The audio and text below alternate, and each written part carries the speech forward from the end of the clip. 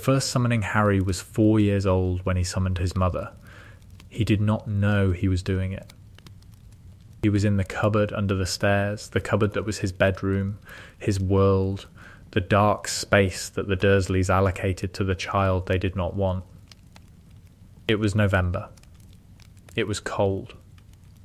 Dudley had taken his blanket. Harry lay on the camp bed in the dark, and he was cold, and he was lonely, and he thought, I wish someone was here. The cupboard filled with light. Not electrical light, not candle light. A light that was warm, present, the light of a person. The light carried a shape, and the shape was a woman, and the woman was standing in the cupboard, which was too small for 2 people, but which was, somehow, large enough for this. The woman was transparent, not ghost transparent. The Hogwarts ghosts were pearly white, defined, permanent. This woman was she shimmered like heat above a road. She was there and she was not there. She was between. Hello, the woman said. Her voice was distant, close and distant simultaneously, the way a voice sounded through a wall. Hello, baby, who are you? Harry said. I'm your mum, the woman said. Harry looked at her, at the shimmering woman in his cupboard who said she was his mum. Harry was 4. Harry did not remember his mum. Harry had been told that his parents died in a car crash, and that the car crash was their fault, and that the fault was the reason Harry lived with the Dursleys. My mum is dead, Harry said. Yes, the woman said. I am. Dead people aren't here, Harry said. I'm here because you called me, the woman said. You needed someone and you called and I came. I didn't call, Harry said. You did, the woman said. Not with words. With wanting. You wanted someone here. The wanting reached me. Reached you where? Harry said. Reached me where I am, the woman said, which is not here. And also here. Both? That doesn't make sense, Harry said. No, the woman said. It doesn't. She sat on the edge of the camp bed. The sitting was, the camp bed didn't creak. The camp bed didn't register her weight because she didn't have weight. She was present without mass. She was there without being there. Are you cold? She asked. Dudley took my blanket, Harry said. I can't get you a blanket, she said. I can't touch things, but I can stay while you fall asleep. Will you be here when I wake up? Harry said. No, she said. I can't stay long. The staying is difficult. I'm being pulled back. Pulled back where? Harry said. Back to where I was, she said. Before you called. The calling pulls me here. But the here doesn't hold me. I'll go back. Can I call you again? Harry said. I don't know, she said. The calling is, it's you, baby. The calling comes from you. If you can do it again, I'll come again. Promise? Harry said. I promise, she said. Harry fell asleep. When he woke up, his mother was gone. The cupboard was dark and cold and empty. Harry called her again the next night. And the next. And the next. Every night for 3 weeks, Harry lay in the dark and wanted, and the wanting produced the shimmer, and the shimmer produced Lily, and Lily sat on the edge of the bed and stayed until Harry fell asleep. On the 22nd night, the calling failed. Harry lay in the dark and wanted, and the wanting produced nothing. The cupboard stayed dark. Lily did not come. Harry cried. The crying was the crying of a child who had found something and lost it, and who did not know why the finding had stopped. The finding had stopped because Harry was 4, and the ability was new, and the ability required energy that a 4-year-old's body could not sustain indefinitely. The summoning was metabolically expensive. Each calling cost Harry calories, sleep, the physical resources that a growing child needed. 3 weeks of nightly summoning had depleted a 4-year-old's reserves. The ability would return. The ability always returned. But the returning required rest, recovery, the body rebuilding what the summoning consumed. Harry did not know this at 4. Harry knew that his mum had come, and his mum had gone, and his mum might come again. The might was the thing that defined Harry's childhood. The might that said, the dead are reachable. The dead can be called. The dead come when you need them, if you can pay the cost. The cost was always there. The cost was always real. The might was both the gift and the burden. Hogwarts, the discovery Harry did not summon anyone else until he was 11. The years between 4 and 11 were quiet. The ability lay dormant because the environment was wrong. The Dursleys' house, the Muggle neighbourhood, the world without magic. The environment suppressed the ability the way a dry climate suppressed mould. The ability needed magic to activate. The Dursleys' world had no magic. Hogwarts had magic. Hogwarts was saturated with magic. The wards, the enchantments, the ambient magical energy of 400 witches and wizards living in a 1,000-year-old castle. The saturation fed the ability. The ability woke up. The waking happened in October, in the Gryffindor dormitory. At night, Harry was asleep, dreaming about his parents, the dream he'd had since the Mirror of Erist, the dream where James and Lily stood behind him and smiled and said nothing. In the dream, Harry reached for his mother. The reaching was the calling, the same wanting that had produced the shimmer in the cupboard. The reaching activated the ability. Harry woke up. The dormitory was dark. Neville was snoring. Dean was muttering. And there was a man standing at the foot of Harry's bed. The man was shimmer, transparent, warm lit, present without mass. The man wore round glasses and had messy dark hair and was looking at Harry with an expression that was complicated. Joy and sorrow and confusion and the specific disoriented expression of a person who had been somewhere else and was now here and who did not entirely understand the transition. James, Harry said. Not Dad. Harry didn't know this man as Dad. Harry knew this man from photos, from descriptions, from the mirror. James Potter. His father. Harry, James said. The voice was distant close, the same quality as Lily's. You. Where am I? Hogwarts, Harry said. Gryffindor Tower. Gryffindor, James said. Looking around. The looking was the looking of a man who recognized the room, who had slept in this room, in one of these beds 20 years ago.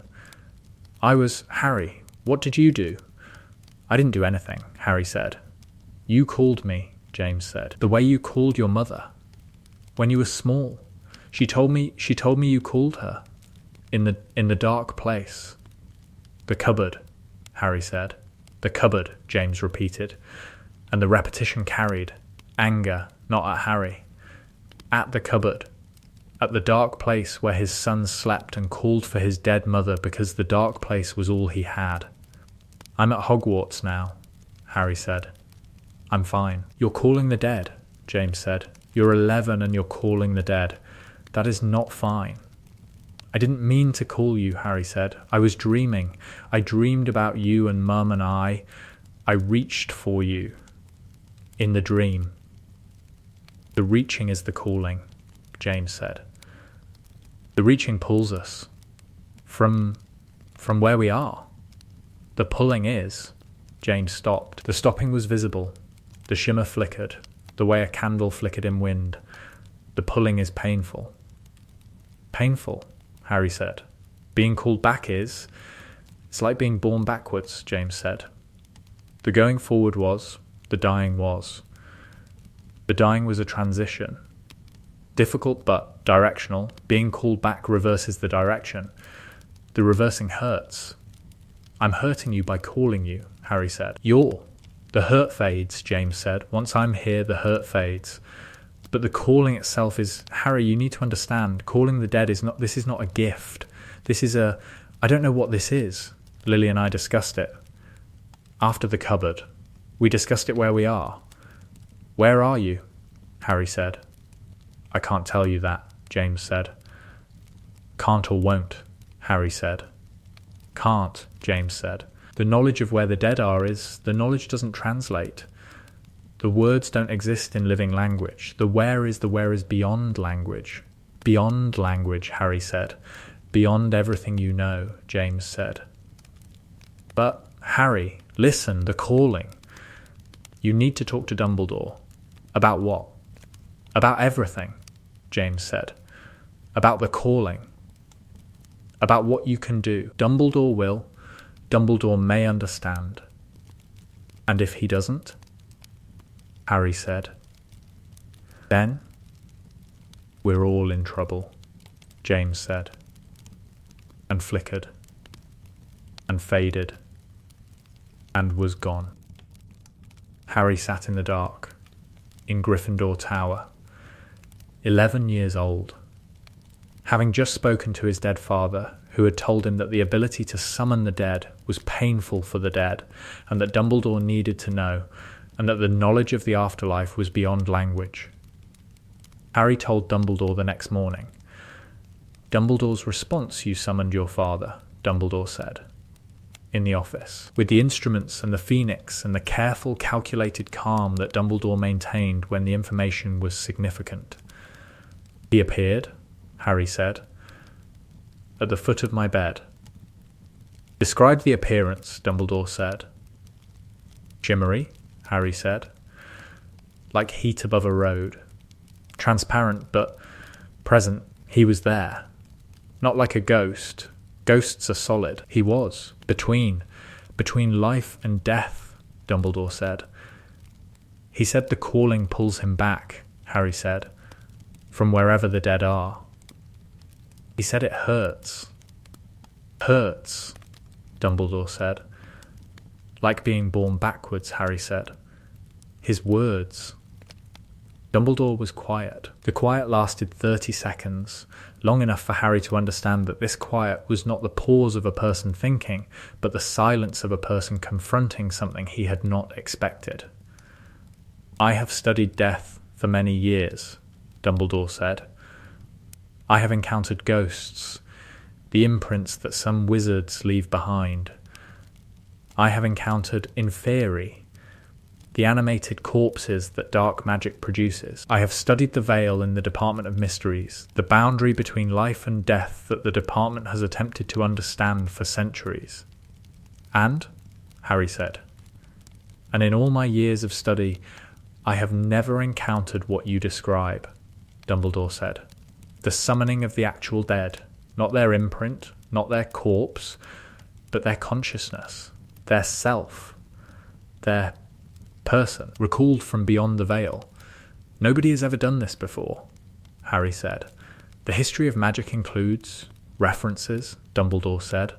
The tale of the three brothers describes a resurrection stone that recalls the dead. But the stone's function is different. The stone produces shadows. Echoes, not the full person. My dad was the full person, Harry said. He was angry. He was confused. He had conversations with my mum about me. Dead people don't have conversations if they're just echoes. No, Dumbledore said. They do not. So what am I? Harry said. You are a wizard who survived the killing curse, Dumbledore said. You are a wizard who carries a connection to death, through the scar, through the survival, through the mechanism by which Lily's sacrifice preserved you. The connection is, I believe, the source. The scar connects me to death, Harry said. The scar connects you to the boundary, Dumbledore said. The boundary between life and death. The killing curse brought you to the boundary. Lily's sacrifice brought you back. But the bringing back was incomplete. A piece of the boundary remained. In you. The scar is the remnant of the boundary. And the summoning? Harry said. The summoning is, you can reach across the boundary, Dumbledore said, through the remnant. The boundary is permeable to you in a way that it is not permeable to other wizards. I can reach through death, Harry said. You can reach the dead, Dumbledore said. Which is, Harry? Which is the most dangerous ability in the history of magic? Dangerous to whom? Harry said. To everyone, Dumbledore said. To the dead, who are disrupted by the calling. to the living who will demand access, to you who will become the focus of every grieving person, every government, every dark wizard who wants to exploit the boundary. And Voldemort, Harry said. And Voldemort, Dumbledore confirmed, who fears death more than anything, who has split his soul to avoid death, and who will, when he learns what you can do, want the ability, or want to destroy the person who has it. First year, the accidental summoning the ability was not controlled. The ability was triggered by emotion, grief, loneliness, fear, the emotional states that made a person reach for someone who was gone. The reaching was the calling. The calling produced the summoning. The accidental summonings were frequent and disruptive. The first accidental summoning happened in November during History of Magic. Binns was lecturing about the Goblin Rebellions. The lecture was boring. Harry was tired. Harry's mind drifted to his parents, to the summoning in the dormitory, to the desire to see them again. A woman appeared beside Binns. The woman was young, dark-haired, wearing robes that were 50 years out of date. The woman looked around the classroom with the bewildered expression of a recently summoned dead person. Where, the woman started. Harry, Hermione whispered. Harry saw the woman. Harry had not intended to summon her. Harry did not know who she was. The summoning had been triggered by the drifting, the emotional state of missing, of wanting, of the grief that lived beneath Harry's conscious awareness and that activated the ability without Harry's permission. Who are you? The woman said, looking at Harry. Because the summoned dead always looked at the person who called them, the connection was directional, the calling producing a link between the caller and the called. I'm sorry, Harry said. I didn't mean to. I don't know who you are. I'm Eloise Mintumble, the woman said. I died in 1899. Where am I? Why am I here? Hogwarts, Harry said. I'm sorry, I can't control it. Can't control what? The woman said. What is happening? Binns looked up from his notes. Binns, who was a ghost, and who was therefore accustomed to the dead being present, did not initially register that the woman was not a ghost. Then, Binns registered. She's not a ghost, Binns said. She's summoned. The classroom reacted. 30 students watching a transparent woman appear beside a transparent professor. The woman alive dead, and the professor dead, and the difference between the two visible in the quality of their transparency. She's like a ghost, but different, Ron said. She's not a ghost, Hermione said. Oh God. Harry, you summoned her. I didn't mean to, Harry said. Eloise Mintumble flickered. The flickering was the pulling, the dead being drawn back, the summoning fading as the emotional trigger subsided. Eloise looked at Harry with an expression that was confusion and fear and something else. Something that Harry would later learn was the expression that all summoned dead wore when they were being pulled back. The expression of being torn between two places. Eloise vanished. The classroom was silent. Mr. Potter, Binns said, did you just summon a dead person during my lecture? Yes, Harry said. I'm sorry. Don't apologise, Binns said. That was the most interesting thing to happen in my classroom since 1847. The Ministry learned about Harry's ability in December of first year, when the accidental summoning of Eloise Mintumble was reported by a student's parent who worked in the Department of Mysteries. The Department of Mysteries' response was immediate and institutional. The boy can reach through the veil, Croker told the minister. In the classified briefing room, the boy can summon the dead, not ghosts, not in theory. The actual dead. The consciousness of deceased individuals recalled from beyond the veil. That's impossible, Fudge said. That's documented, Croker said. Binns witnessed the summoning. The summoned individual, Eloise Mintumble, was identified through historical records. Mintumble died in 1899 during a time-turner accident. The boy summoned her consciousness 92 years after her death. The implications, Fudge started.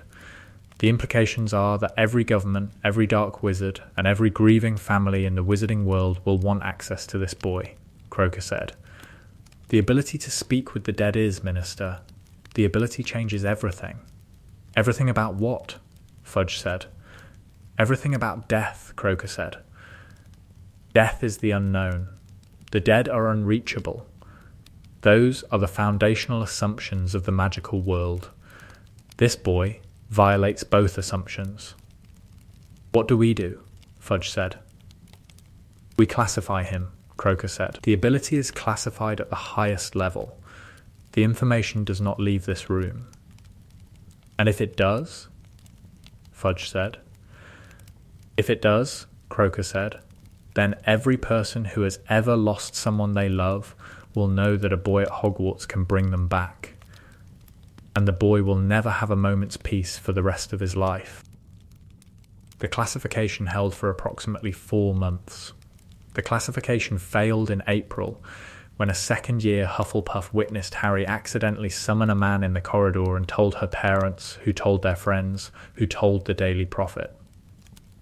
The Prophet ran the story on April 15th, "Boy who lived can speak to the dead."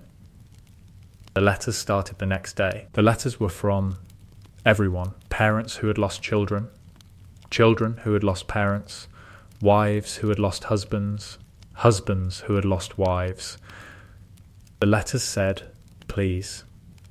The letters said, "Bring them back." The letters said, "One more time. Just one more time." The letters numbered 300 in the first week. The letters numbered 1,200 by the end of the month. The letters arrived by owl post, by flu message, by people arriving at the Hogwarts gates and begging to see the boy who could call the dead. "They're all asking the same thing," Harry told Dumbledore. In the office, with the letters stacked in boxes, "They're all grieving," Dumbledore said. "And you represent the possibility that grief has an answer." "Grief doesn't have an answer," Harry said. "I bring the dead back for minutes. The dead come, and then they go. The going is, my dad said the going hurts. I bring them back, and it hurts them, and then they go, and the person who asked they're still grieving. The summoning doesn't fix grief." "No," Dumbledore said. "But the possibility of summoning offers the illusion of a fix. And the illusion is what people want." "I can't answer these letters," Harry said. "No," Dumbledore said. "I can't summon everyone's dead family members," Harry said. "No," Dumbledore said. "I'm 11, Harry said. "You are 11, Dumbledore confirmed. "And you carry the most desired ability in the wizarding world." "Desired," Harry said. "Not the most powerful. The most desired." "Yes," Dumbledore said. "And desire? Desire is more dangerous than power." Year 2.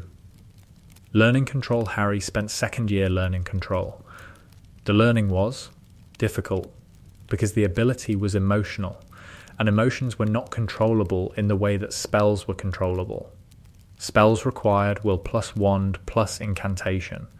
The summoning required grief. The summoning activated when Harry grieved. "You need to learn to grieve without summoning," Dumbledore said, in the tutoring sessions that Dumbledore had arranged, private, weekly, in the office. "The summoning is triggered by the emotional state that accompanies loss. If you can experience the emotion without activating the ability, you're asking me to feel grief without the grief doing anything," Harry said. "I'm asking you to separate the emotion from the action," Dumbledore said. "The way an occlumency separates thought from reaction." "Occlumency for grief," Harry said. "A form of it," Dumbledore said. "The specific form is," I have been researching, "the specific form is unprecedented because the ability is unprecedented. So you're making it up as you go," Harry said. "I am constructing a pedagogical framework based on adjacent disciplines," Dumbledore said. "Making it up as you go," Harry repeated. "Yes," Dumbledore said. "The control developed slowly. The development was through practice, Harry practicing the experience of loss, adjacent emotions without the emotions activating the summoning. The practice was like holding a sneeze. The pressure built, the reflex activated, and Harry had to suppress the reflex before it completed. The suppression was exhausting. The suppression required constant vigilance, not the moody kind, not the paranoid scanning of the environment, but the internal kind.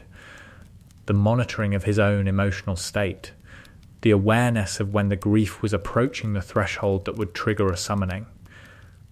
"You're monitoring yourself," Hermione said. "Observing, in the library. Harry, you're constantly checking your own emotions. If I don't check, I summon people," Harry said. "You can't spend your entire life monitoring your grief," Hermione said. "I can't spend my entire life accidentally summoning dead strangers in corridors either," Harry said. "There has to be a middle ground," Hermione said. "The middle ground is, I learned to grieve privately," Harry said, "in the dormitory, at night, when the summoning won't affect anyone." "You're scheduling your grief," Hermione said. "I'm scheduling the expression of grief," Harry said. "The grief is always there. The expression is, managed that sounds, unhealthy," Harry said. "I know, but the alternative is worse." "What's the alternative?" Hermione said. "The alternative is, every time I miss my parents, a dead person appears," Harry said.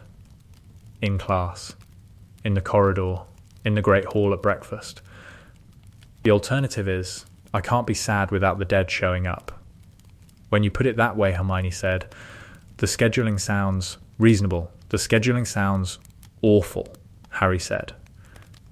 "But awful and reasonable are not mutually exclusive. Year 3, Sirius Black's name appeared on the letters. Not from Sirius, from people who knew Sirius. From Remus Lupin, who wrote to Dumbledore requesting that Harry summon James Potter to clarify the truth about the Secret Keeper. The Potter's Secret Keeper, Lupin wrote. If James could testify, through Harry's ability, the testimony might exonerate Sirius. Dumbledore brought the request to Harry. "Lupin wants me to summon my dad," Harry said, "to prove Sirius is innocent." "The summoning would provide testimony," Dumbledore said. "The testimony of the dead is not... The Visengamot has no framework for testimony from a summoned spirit. But if my dad says Pettigrew was the secret keeper," Harry said, that's evidence. Evidence of a kind that no court has ever considered," Dumbledore said. "Should I do it?" Harry said. "The question is not should you do it," Dumbledore said. "The question is, what are the consequences?" "The consequences of talking to my dead dad," Harry said. "The consequences of establishing a precedent," Dumbledore said. "If you summon James to testify about the Secret Keeper, you establish that the dead can be summoned to provide evidence. If the dead can provide evidence, every case, every unsolved murder, every disputed will, every contested inheritance, every case can demand a summoning." "I become a legal tool," Harry said. "You become a witness production mechanism," Dumbledore said. "The courts will demand your services. The demand will be permanent. So I don't summon Dad," Harry said. "I did not say that," Dumbledore said. "I said, consider the consequences." Harry summoned James. Not for the court, privately in Dumbledore's office, with Lupin present. Sirius was not the secret keeper, James said. The shimmer, the distant close voice, the presence without mass. Peter was the secret keeper. We switched at the last moment. Sirius's idea. The idea was, we thought nobody would suspect Peter. Because Peter was overlooked, Lupin said, looking at the shimmering form of his dead best friend. Because Peter was insignificant, James said. That was the logic. The logic was wrong. It was my logic, Sirius said, from the doorway, where he had been standing unseen for the last 3 minutes. Because Sirius was Sirius, and because Sirius had escaped Azkaban, and because Sirius would not miss the opportunity to hear his dead best friend confirm what 12 years of imprisonment had not allowed him to prove. Padfoot, James said, looking at Sirius. At the hollow, Azkaban damaged man in the doorway. You look terrible. I've been in prison for 12 years, Sirius said. Because of my plan, James said. The switching was, Prongs, I'm sorry. The plan was stupid. The plan was reasonable, James said. Peter was the unexpected variable. Peter was always the unexpected variable, Sirius said. We just didn't expect him. Nobody did, James said, including me. And I'm dead because of it. The room was quiet. Lupin, Sirius, Dumbledore, Harry, living, James, dead. The distance between them was everything. I can't stay long, James said. The flickering, the pulling. Harry, the summoning, you're getting stronger. I know, Harry said. Stronger means more dangerous, James said. The dead, Harry, the dead are not supposed to come back. The place where we are is... The place is designed. The design is one way. The living go to the dead. The dead do not return to the living. You are. You're breaking the design. I didn't choose this, Harry said. Nobody chooses their condition, James said. The condition is what you do with the choice. James faded. The shimmer dimmed. The office was emptier. Sirius was crying. The crying was... Sirius crying was the crying of a man who had spent 12 years in a prison surrounded by Dementors, and who was now weeping because he had heard his dead best friend apologize for a plan that had cost them everything. He confirmed it, Lupin said. To Dumbledore. Peter was the secret keeper. The confirmation is unofficial, Dumbledore said. The confirmation cannot be presented to the Wizengamot without establishing the precedent that Harry wishes to avoid. Then, how do we free Sirius? Lupin said. Through other means, Dumbledore said. Peter Pettigrew is alive. Peter is retrievable. The retrieval happened. Pettigrew was captured. Sirius was exonerated through living testimony, not dead testimony. The exoneration did not require the precedent. But the summoning had happened. And the summoning had shown Harry something. The dead had opinions. The dead were not passive recipients of the calling. The dead came with their own perspectives, their own regrets, their own warnings. The dead were people, and calling them back was not a service. It was an imposition. Year 4. The request Cedric Diggory died in the graveyard. The killing curse. Voldemort's order. Wormtail's wand. Harry brought Cedric's body back to Hogwarts. Harry held Cedric's body and did not let go, and the not letting go was the grief, and the grief activated the ability. Cedric appeared. In the hospital wing. Beside his own body. Cedric, shimmering, transparent, dead, looked down at his own corpse with the expression of a person who was viewing an event that had happened to them from outside the event. That's me, Cedric said, looking at the body. I'm sorry, Harry said. I didn't mean to, you called me, Cedric said. I was going somewhere. Forward. And you pulled me back. I'm sorry, Harry repeated. Don't be sorry, Cedric said. Harry, tell me what happened after the curse, Harry told him. The graveyard. Voldemort's return. The Priori Incantatum. The escape. Voldemort is back, Cedric said. Voldemort is back, Harry confirmed. And I'm dead, Cedric said. Yes, Harry said. That's a lot to process, Cedric said. For a dead person. Can I tell your parents? Harry said. That I spoke to you? That you're okay? Am I okay? Cedric said. I'm dead. Are you in pain? Harry said. The calling hurts, Cedric said. But the where I am when I'm not here. The where is, I can't describe it. It's not pain. It's different from everything. Different, Harry said. Tell my parents tell them the different is not bad, Cedric said. Tell them don't say okay. Don't say fine. Say different and not bad. Different and not bad, Harry said. And Harry, Cedric said. The flickering, the pulling. Don't call me again. What? Harry said. Don't call me again, Cedric said. The calling pulls, the pulling disrupts. Where I am, where I was going, the going is important. The going is the... I can't explain. The going is the thing. Let me go.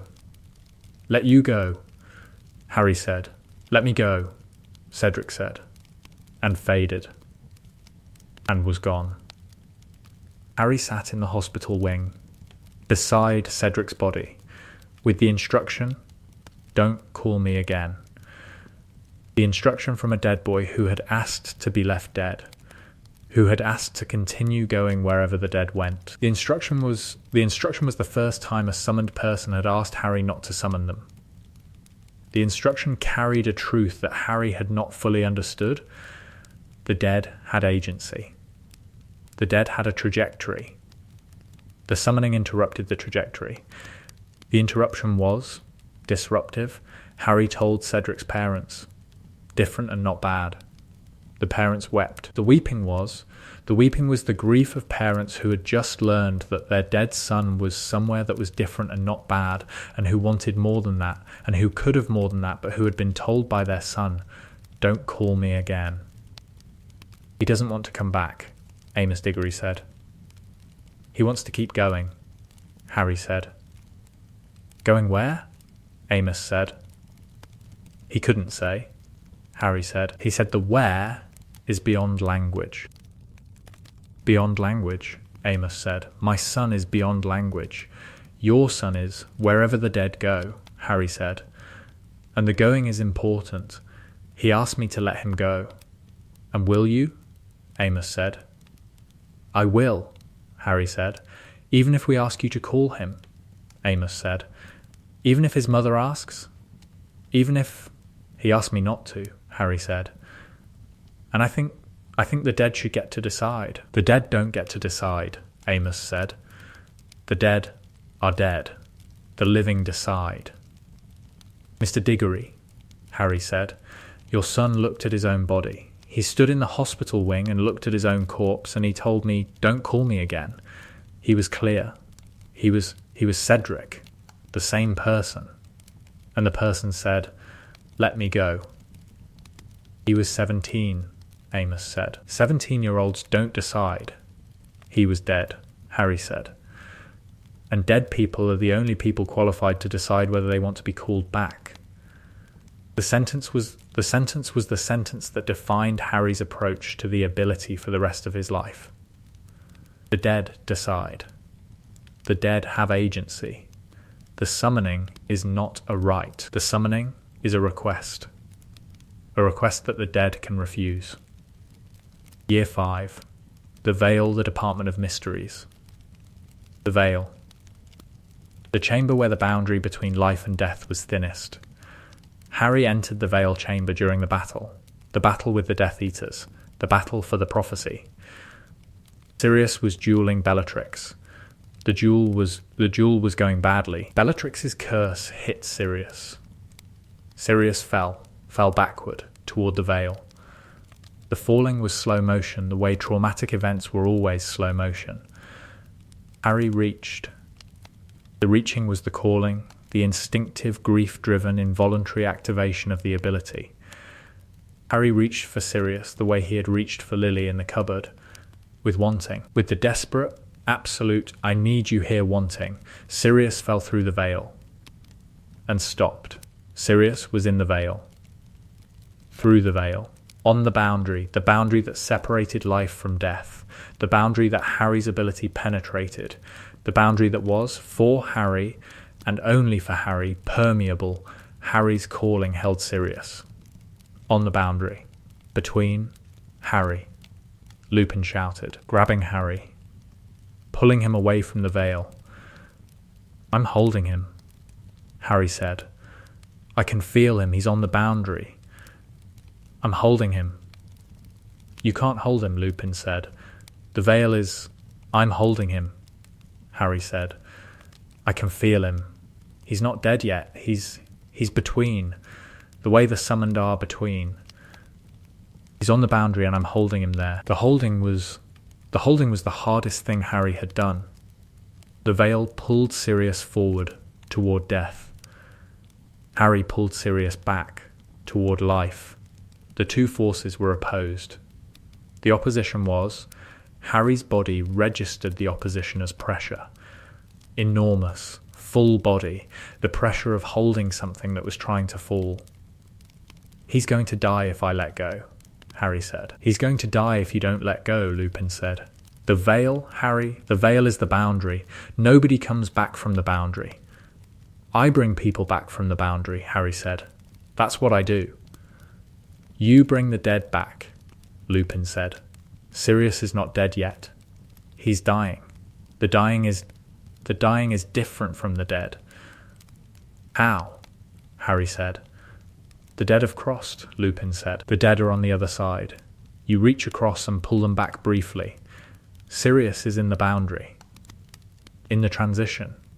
Holding him in the transition is, Harry, the transition is not a place. The transition is a process. You can't hold someone in a process." "I am holding him," Harry said. "I can feel him." "You're feeling the boundary," Lupin said. "You're feeling the process. The feeling is, Harry, the feeling is not Sirius. The feeling is death. You're feeling death." Harry held. Harry held for minutes, seconds. The holding was indeterminate because time at the boundary was not time in the living world. And then Harry pulled. Not the calling, not the summoning of the dead, the pulling of a person who was not yet dead, the extraction of a living consciousness from the boundary between life and death. The pulling was new. The pulling was something Harry had never done. The pulling was the reverse of what the ability was designed for. Sirius came back.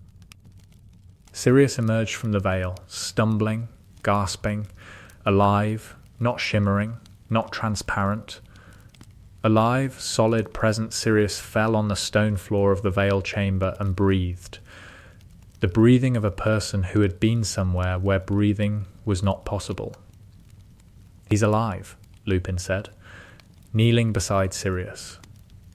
"I pulled him back," Harry said, and sat down, because the pulling had cost everything. Harry's vision was grey. Harry's body was cold.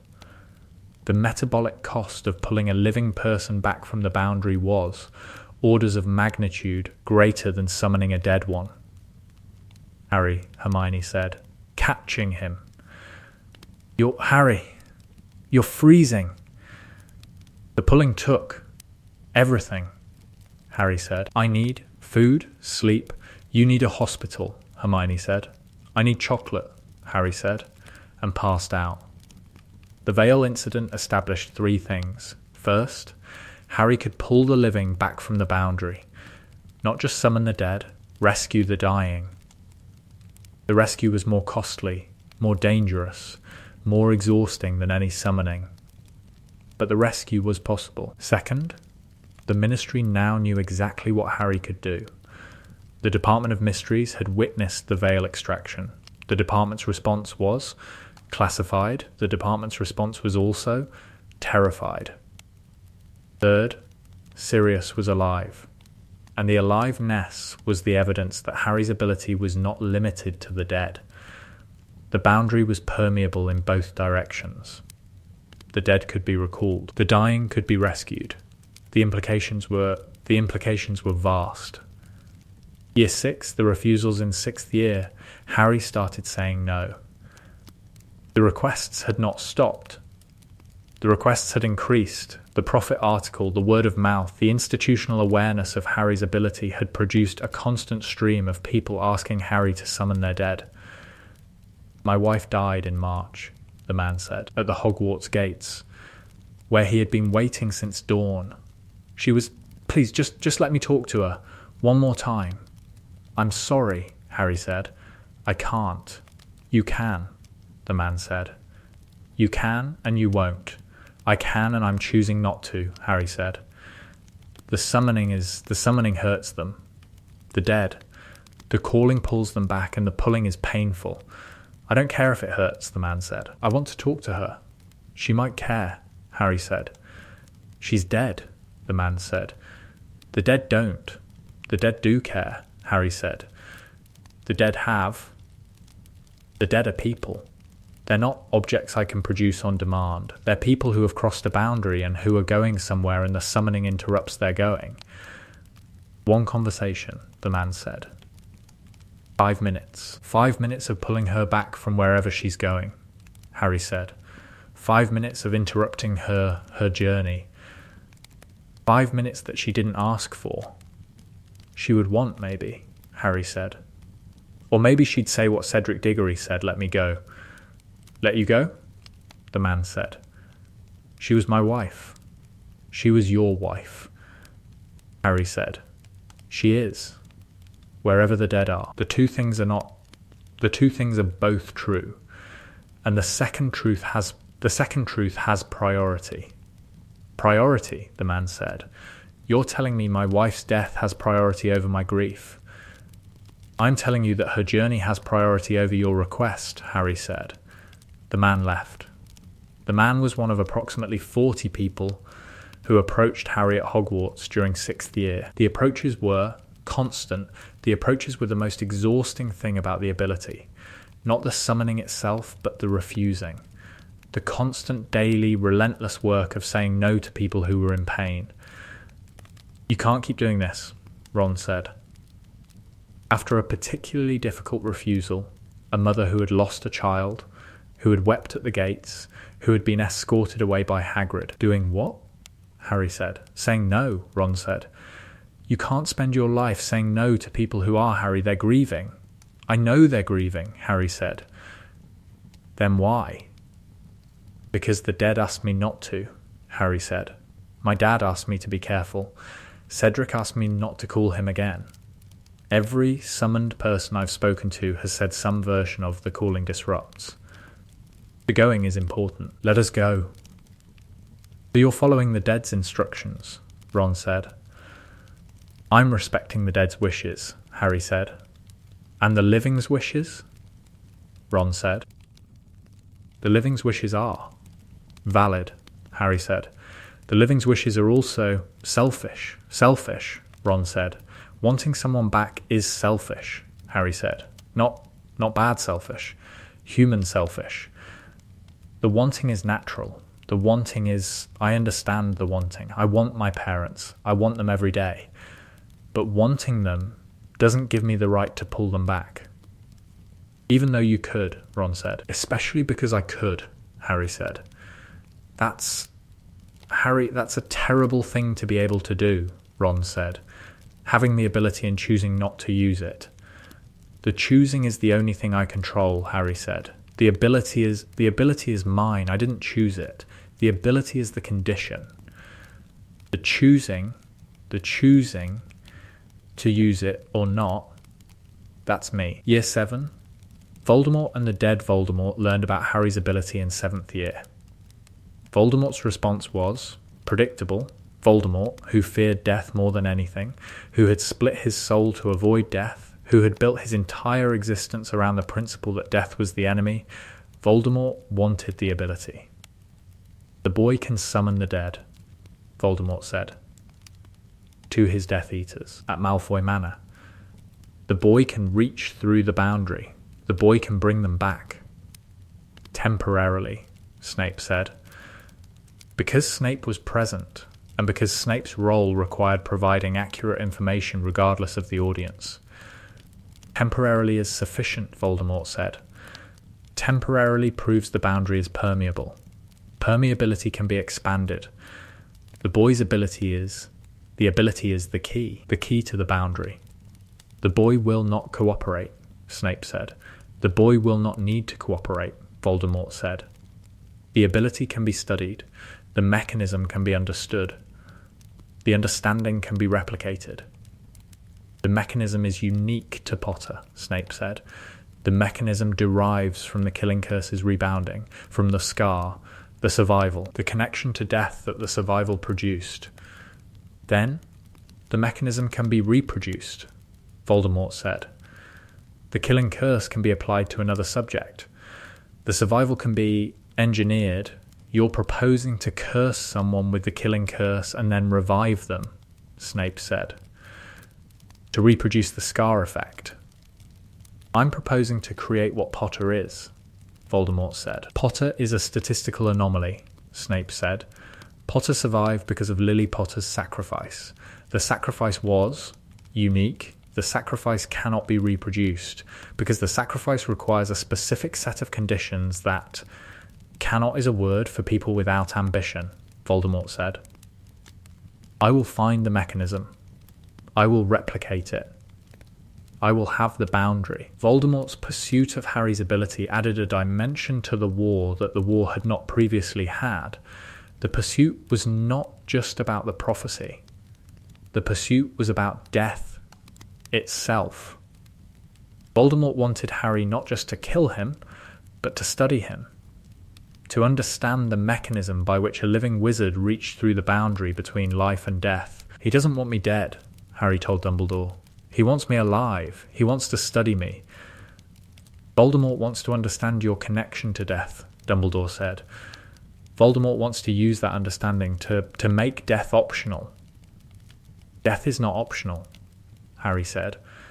For Voldemort, death is the enemy, Dumbledore said, and you represent the possibility that the enemy can be defeated, not through Horcruxes. Horcruxes prevent death but corrupt the soul. You represent a clean interaction with death, a connection to the boundary that does not require the destruction of the self. A clean way to cheat death, Harry said, a clean way to navigate death, Dumbledore said. Which is what Voldemort has always wanted. Not to avoid death through destruction, to master death through understanding. And if he masters it, Harry said, then death is no longer the universal equalizer, Dumbledore said. Then the powerful can live and the powerless can die. Then the hierarchy that death currently flattens becomes permanent. Death is democratic, Harry said. Death is the most democratic force in existence, Dumbledore said.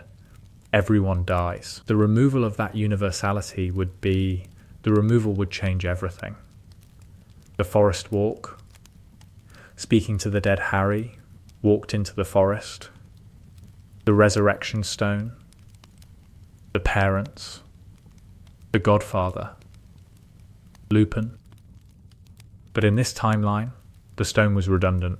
Harry didn't need the stone. Harry could summon them himself. He did. In the forest. Walking toward Voldemort. Harry called them James, Lily, Sirius, Remus, and they came. Not through the stone. Through Harry's ability. Through the boundary that Harry's scar made permeable. We're here, Lily said. The shimmer. The presence. I'm going to die, Harry said. Yes, James said. The Horcrux. You know about the Horcrux? Harry said. The dead know things, James said. Where we are, the knowledge is different. We know what we need to know. And you know I need to die, Harry said. We know the Horcrux must be destroyed, Lily said. We know the destruction requires my death, Harry said. Your death, Lily confirmed. Will I come back? Harry said. When I died, when I went through the boundary, will I come back? The way I pulled Sirius back? The pulling Sirius back was... You pulled from the living side, James said. You reached across and pulled. If you die, if you're on our side, there's nobody on the living side to pull. So I die, Harry said. You die, James said. And then? And then you join us, Lily said. Wherever we are, the beyond language place, Harry said. The beyond language place, Lily confirmed. Which is, Harry, the place is good. The place is, I can't say. The words don't exist. But the place is, it's where we're supposed to be. Supposed to be, Harry said. The going that the summoned always talk about, James said. The going that Cedric mentioned. The going is towards something. The something is good. You're telling me to die, Harry said. We're telling you that the dying leads somewhere, Lily said, that the somewhere is worthy of the dying. That doesn't make the dying easier, Harry said. No, Lily said. It doesn't. Harry walked. The dead walked with him. The dead that he had summoned, that he had always been able to summon, that had been available to him since the cupboard at 4 years old.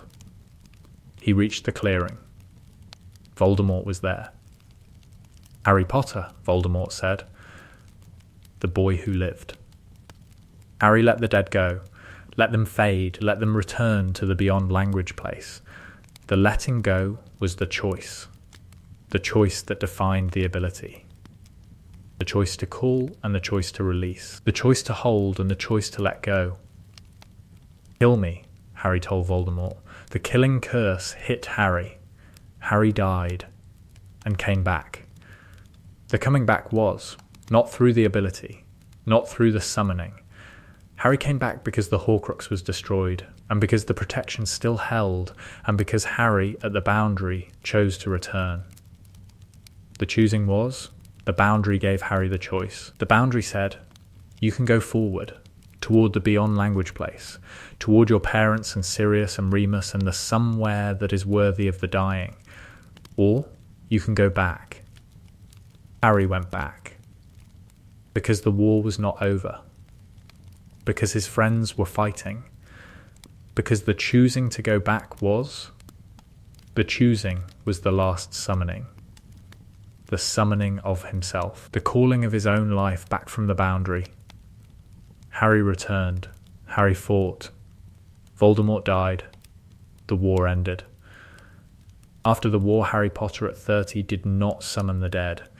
The decision was made in the weeks after the battle. The weeks where the grief was fresh and the temptation was enormous. Fred Weasley was dead. Remus and Tonks were dead. Colin Creevey was dead. Lavender Brown was dead. 50 people were dead. 50 families wanted Harry to bring them back. One more time, Molly Weasley said, in the Burrows' kitchen. 2 weeks after the battle. Just, Harry, one more time. Let me talk to Fred. One more time. Harry looked at Molly. At the woman who had been his surrogate mother for 7 years. At the woman who had killed Bellatrix Lestrange in defence of her daughter. At the woman who was asking him to summon her dead son. Mrs. Weasley, Harry said. Fred would say, I don't know what Fred would say, Molly said.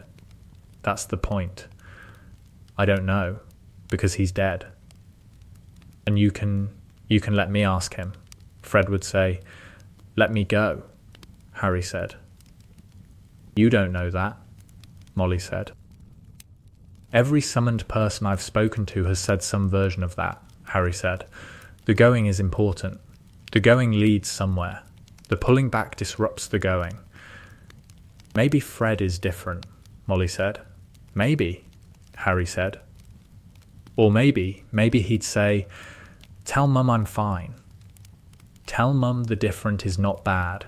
Tell Mum to let me go. Molly's voice was breaking. Is that what he'd say? I think that's what he'd say, Harry said. You think, Molly said. I think, Harry confirmed. Thinking isn't knowing, Molly said. No, Harry said. It isn't. But calling him back to find out would, Mrs. Weasley. The calling hurts them. The pulling hurts. And if Fred says let me go, if Fred says what every other summoned person has said, then the hurting was for nothing. Molly was quiet. The quiet was the grief. The enormous, crushing, Weasley-grade grief of a mother who had lost a child and who was standing in a kitchen talking to a boy who could bring the child back, but who was choosing not to. I hate this, Molly said. I hate it too, Harry said. You could fix it, Molly said. I can't fix grief, Harry said. I can interrupt it. I can pause it. I can give you 5 minutes with Fred and then take him away again, and the taking away will be worse than the never seeing. Because the never seeing is permanent. The after seeing is a wound reopened. Wounds reopened can heal differently, Molly said. Or they can scar worse, Harry said. Molly cried. Harry held her. in the kitchen, in the burrow, with the clock on the wall that still pointed to Fred's name and that no one had moved. Harry did not summon Fred. Harry did not summon anyone after the war. The decision was final. The decision was the dead deserve their going. The dead deserve the somewhere. The living deserve the grief, because the grief is the price of having loved. Harry carried the ability for the rest of his life. The ability did not fade. The ability was permanent. The scar's gift, the boundaries' permeability. Harry could at any moment summon any dead person he chose. The capability was always present. The choosing not to was the hardest thing Harry did. Every day, every moment of grief, every anniversary, every time he missed his parents or Sirius or Remus or Fred, every time the ability was there. The ability said, you can have them back. For minutes, you can hear their voices, you can see their faces. Harry chose not to, every day. The choosing was the work.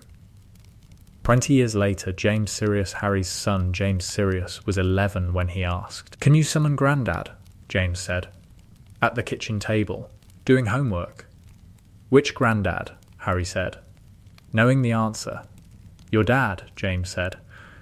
"James, the one I'm named after." "I can," Harry said. "I won't." "Why not?" James said. "Because your grandfather is somewhere that's beyond language," Harry said, "and the somewhere is where he's supposed to be, and calling him back interrupts the being there." "I just want to meet him," James said. "I know," Harry said. "You can bring him here," James said. "For 5 minutes, I'd get to see my grandfather." "And then he'd go back," Harry said, "and the going back would hurt him, and you would have 5 minutes of meeting and a lifetime of knowing you can't have more." 5 minutes is better than nothing," James said.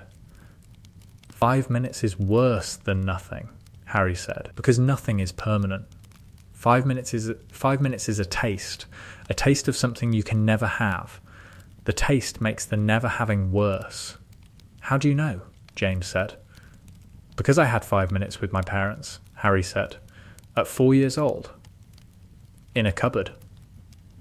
My mum came and I talked to her and she left, and the leaving was the worst thing. Worse than never having her. The having, and then the losing. So you're protecting me," James said. "I'm protecting your grandfather," Harry said. "And you. And me. Because summoning him would mean opening the door. And the door, once opened, is hard to close," James said. "Is impossible to close," Harry said. "I know because I've spent 20 years keeping it closed. And every day the closing is. Every day it's a choice. The choice not to summon. The choice to let the dead be dead." "That sounds terrible," James said. "It is terrible," Harry said, "and it's also right. The terrible and the right they coexist." "Dad," James said, you carry that every day?" "Every day," Harry said. "That's a lot," James said. "It's the condition," Harry said. "The condition is the carrying. The carrying is what I do." James looked at his father, at the man who could summon the dead and who chose, every day, not to. At the man whose self-discipline was not the suppression of desire, but the continuous, active, daily choice to respect the dead's journey. "I'm sorry I asked," James said. "Don't be sorry," Harry said. The asking is natural. Everyone who knows what I can do asks eventually." "Does it get easier?" James said. "The not summoning?" "No," Harry said. "It doesn't get easier. It gets habitual, the habit of choosing. The habit is not the same as easy. The habit is what you have," James said. "The habit is what I have," Harry confirmed. The last seen Harry at 50. The graveyard at Godric's Hollow, October 31st. The annual visit. The flowers. The standing at the graves. The ritual that Harry had maintained for 38 years. The ritual of visiting the dead without summoning them. "Happy birthday, Mum," Harry said, to the headstone, Lily Evans Potter, January 30th, 1960, October 31st, 1981, the headstone did not respond. The headstone was stone. The dead were beyond language, beyond stone, beyond the graveyard and the flowers and the standing. Harry could summon Lily. Right now, at this headstone. Harry could call, and Lily would come, shimmering, present, the warm light of a mother who had died to save her son. Harry did not summon. Harry stood at the grave and held the grief, and the grief did not activate the ability because Harry had spent 38 years learning to grieve without summoning. 38 years of choosing to let the dead be dead.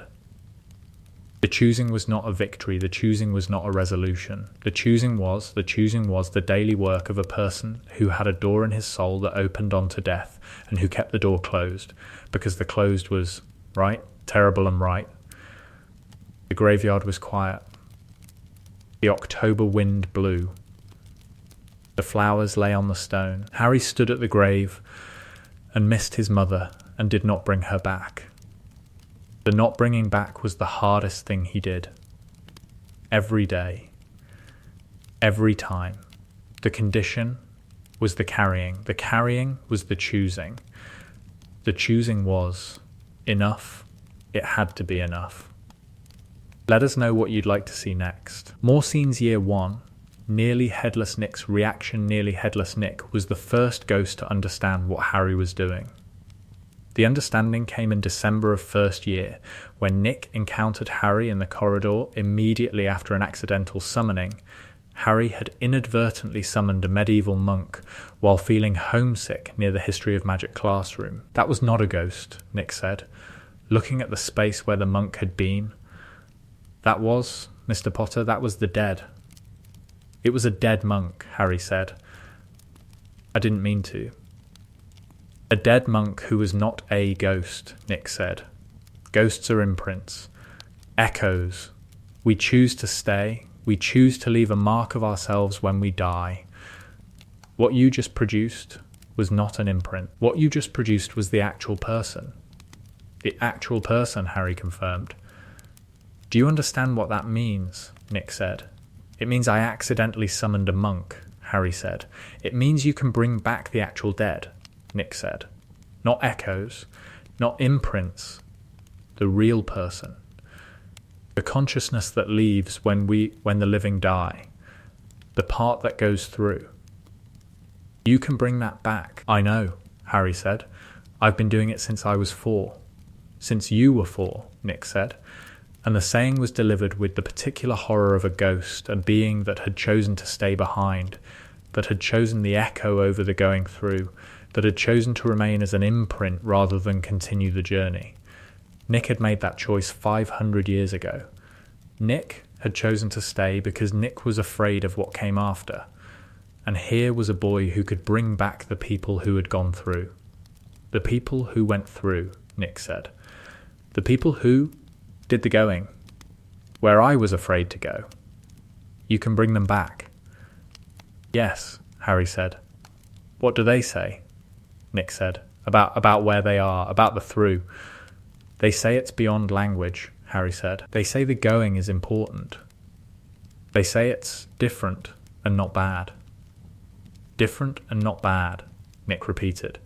500 years I've been here because I was afraid of the through. 500 years as an echo because I didn't want to find out.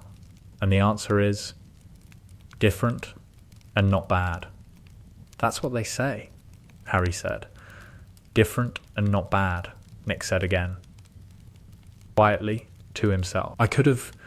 500 years ago, you could have gone through, Harry said.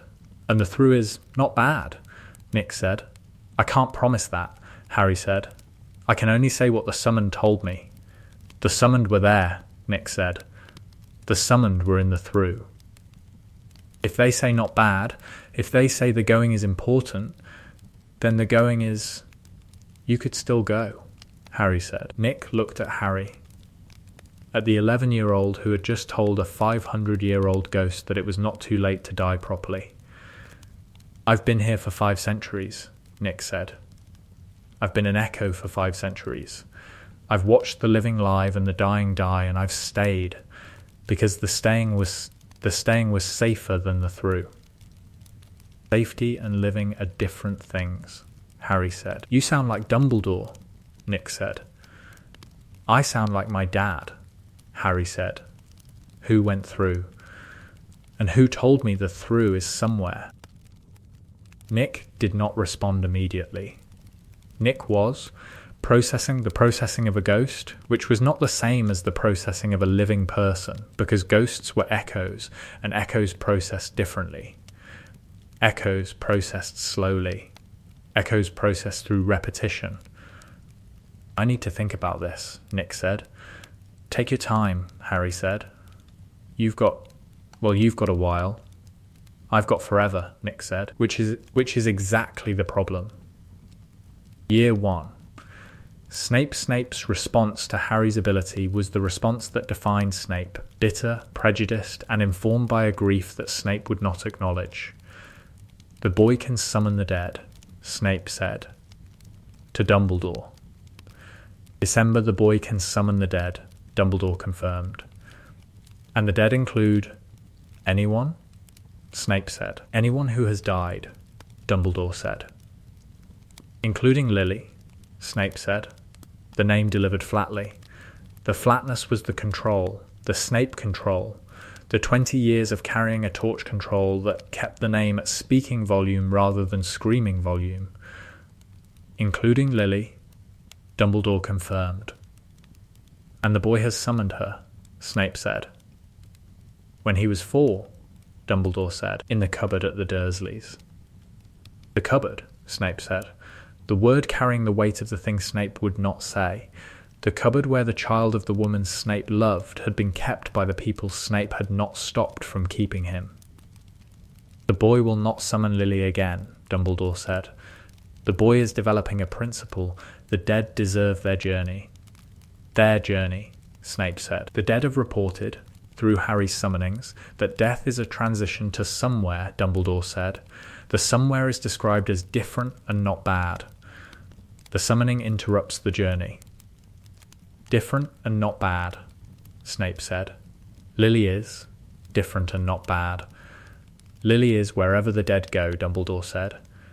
And Lily is, by the accounts of every summoned person, in a place that is worthy. Snape was quiet. Snape's quiet was never empty.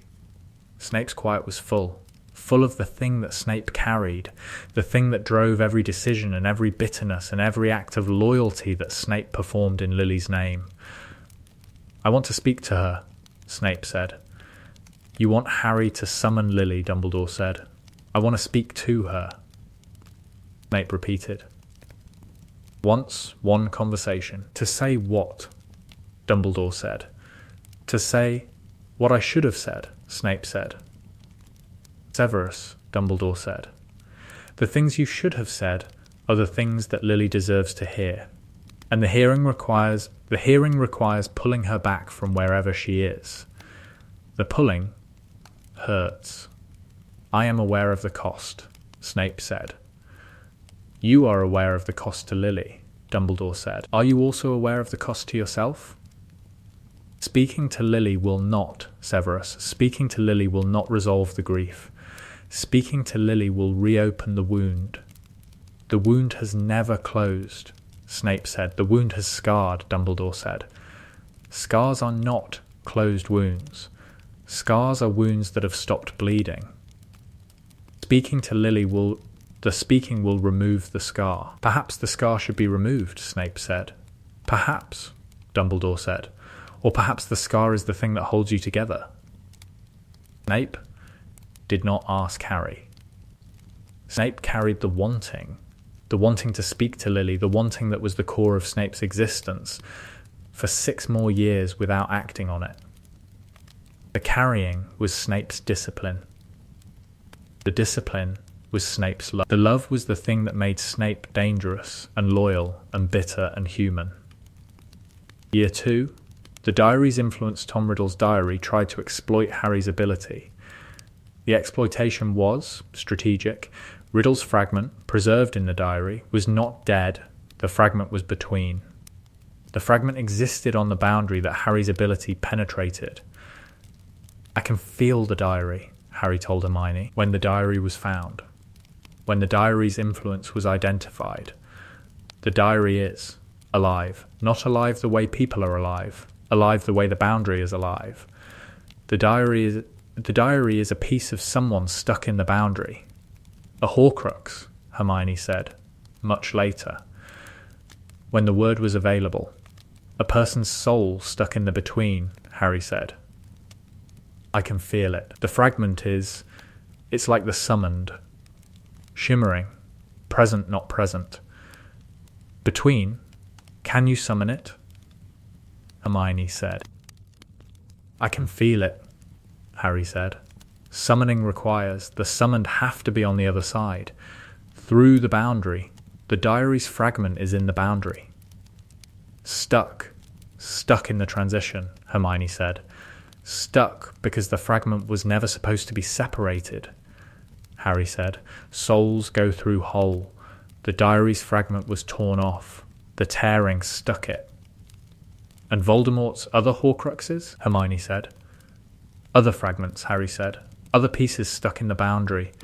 I can feel, Hermione, I can feel the wrongness. The boundary is designed for whole souls. The torn pieces they're debris. They're stuck in the doorway. Debris in the doorway between life and death, Hermione said. Blocking the door, Harry said. Making the transition rougher for everyone who dies. The torn pieces they're corrupting the boundary. Voldemort's Horcruxes are corrupting death itself, Hermione said. Voldemort's fear of death is damaging the mechanism of death, Harry said. That's the most poetic description of Horcruxes I've ever heard. It's not poetry, Harry said. It's what I feel. The boundary is a system. The system is designed to work smoothly. The Horcruxes they're stones in the gears. The diary was destroyed. The destruction was felt by Harry. The feltness of a fragment being released from its stuck position. The piece of soul finally going through the boundary, completing the transition that the Horcruxing had interrupted. The fragment went through, Harry told Dumbledore, after the chamber. Through the boundary, Dumbledore said. Through the boundary and gone, Harry said. The stuck piece became unstuck. The tearing was reversed. The piece continued. Continued where? Dumbledore said. Wherever torn pieces go, Harry said. Not the same as whole souls. Whole souls go forward to the beyond language place. Torn pieces go, I don't know, somewhere else. Somewhere that is not the beyond language place, Dumbledore said. Somewhere that is less, Harry said. The torn pieces can feel the beyond language place but can't reach it. The tearing damaged them. The damage means they can't fully arrive. The Horcruxes damage the soul permanently, Dumbledore said. The Horcruxes damage the soul's ability to transition, Harry said. The damage means, Professor, the damage means that when Voldemort dies, all of him, the last piece, the death will not be a full transition. The going through will be incomplete. The going through will be incomplete, Dumbledore repeated. Voldemort will not reach the beyond language place, Harry said. Voldemort will be stuck. Like the Horcrux fragments. In the boundary. Between forever, Dumbledore said. Between forever, Harry confirmed. Which is, Professor, between forever is worse than the through. The through is different and not bad. The between is nothing. The between is the absence of both. Not alive. Not dead. Stuck, the ultimate fear of a man who feared death, Dumbledore said, is not death. The ultimate fear is the between. The between is what he's built for himself, Harry said. Through the Horcruxes. Through the tearing. The thing Voldemort fears most, death, is better than what he's actually going to get. And he doesn't know, Dumbledore said. And he doesn't know, Harry confirmed. He thinks the Horcruxes save him. The Horcruxes condemn him. Year 4. After the Graveyard Inn, the weeks after the graveyard, after Cedric's death, Harry's ability to control the summoning deteriorated. The deterioration was grief-driven, the grief of having witnessed a murder, of having been tortured, of having narrowly escaped, of carrying the knowledge that Voldemort was back and that nobody believed him. The accidental summonings increased, 3 in the first week after the graveyard, 7 in the second week. By July, Harry was summoning the dead nightly. Not his parents, not people he knew. Random dead. The dead who had died in proximity to wherever Harry was. The dead who responded to the general, undirected grief that Harry was broadcasting. "There was a woman in my bedroom last night," Harry told Hermione. Via Owl from Privet Drive. A Victorian woman. She died in 1842 in the house next door. "The summoning is activating in your sleep," Hermione wrote back. "The grief is triggering the ability without conscious input. You need to learn to manage the grief before sleep." "Managing grief before sleep is not a technique," Harry wrote. "Managing grief before sleep is a concept. I need instructions." Dumbledore isn't answering my letters," Harry wrote. Dumbledore is ignoring me. Again, Harry spent the summer summoning dead Victorians. The Victorians were confused. The Victorians did not understand why they were being summoned by a teenager in a Muggle suburb. The Victorians provided no useful information. The Victorians were the collateral damage of Harry's uncontrolled grief. "You're summoning dead strangers," Ron said when Harry arrived at Grimmauld Place. "Random dead people. I can't control it," Harry said. "The grief triggers it. And the grief is constant. The grief for Cedric," Ron said. "The grief for everything," Harry said. "Cedric, the tournament, Voldemort, the fact that nobody believes me, the fact that Dumbledore won't talk to me. The grief is everything at once. And the everything triggers the summoning," Ron said. "The everything makes the dead show up," Harry said. "Can you block it?" Ron said. "I can try," Harry said. The trying is exhausting. The trying is constantly monitoring my emotional state and suppressing the grief before it activates." "You're suppressing your emotions," Ron said. "I'm suppressing the expression of emotions," Harry said. "The emotions exist.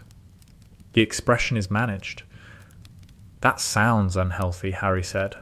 "I know. Hermione already told me." "Hermione's right," Ron said. "That is unhealthy." "Unhealthy and necessary," Harry said. "The necessary is the problem," Ron said. "The fact that the only way to stop dead people from appearing in your bedroom is to suppress your own grief is, Harry, that's a terrible system." "The system is terrible," Harry agreed. "The system is also mine."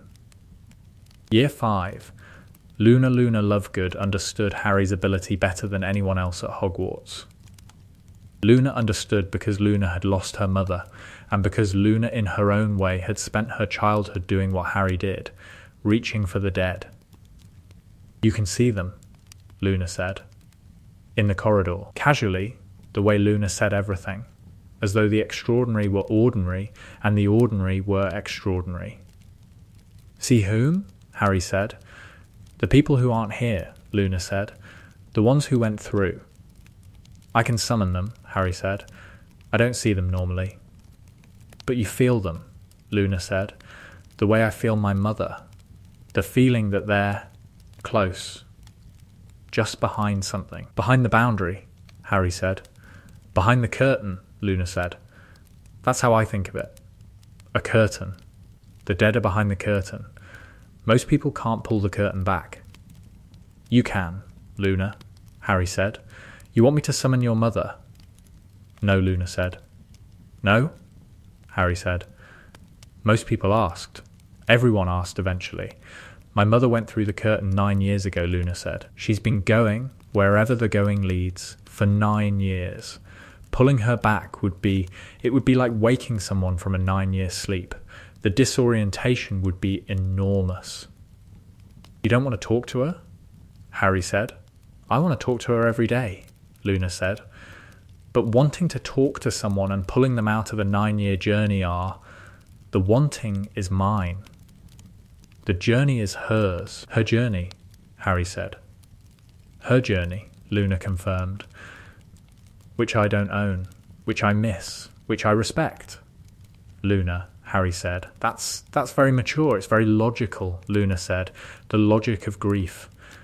The logic says the dead are on a journey. The journey is theirs. Our wanting doesn't give us the right to interrupt. Most people don't think of grief as logical, Harry said. Most people don't think of most things as logical, Luna said. That doesn't mean the logic isn't there. Harry looked at Luna, at the girl with the radish earrings and the spectrospecs and the father who ran a magazine about conspiracy theories, at the girl who had lost her mother and who had, through some internal process that Harry could not access, arrived at the same conclusion that Harry had spent 4 years fighting toward. The dead deserve their going. You got there faster than me, Harry said.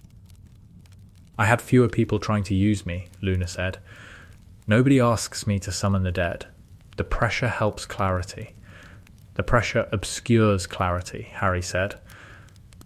Both are true, Luna said, depending on the person. Year 7, the fallen after the Battle of Hogwarts, in the Great Hall, with the bodies laid out, Fred, Remus, Tonks, Colin, Lavender, the 50 dead. Harry stood among the fallen, and the ability activated. Not accidentally. Deliberately, Harry summoned them. All of them. All 50. In the Great Hall, with the living present. The Great Hall filled with shimmer, 50 spirits, 50 between presences, 50 dead who had been going through and who had been pulled back by the most powerful summoning Harry had ever produced. The living saw the dead. The living, the survivors, the fighters, the grieving saw their dead standing among them. Shimmering, transparent, present, George saw Fred. Andromeda saw Tonks. Harry saw Remus. 5 minutes, Harry said, to the Great Hall. To the living and the dead. I can give you 5 minutes. The 5 minutes were the most extraordinary 5 minutes in the history of Hogwarts. The living spoke to the dead. The dead spoke to the living. 50 conversations, simultaneous, in the Great Hall, the living and the dead together. George spoke to Fred. You're dead, George said. Obviously, Fred said. Shimmering, the Weasley gift for stating the obvious survives the grave. Is it, Fred? Is it okay? Where you are? It's different, Fred said. It's...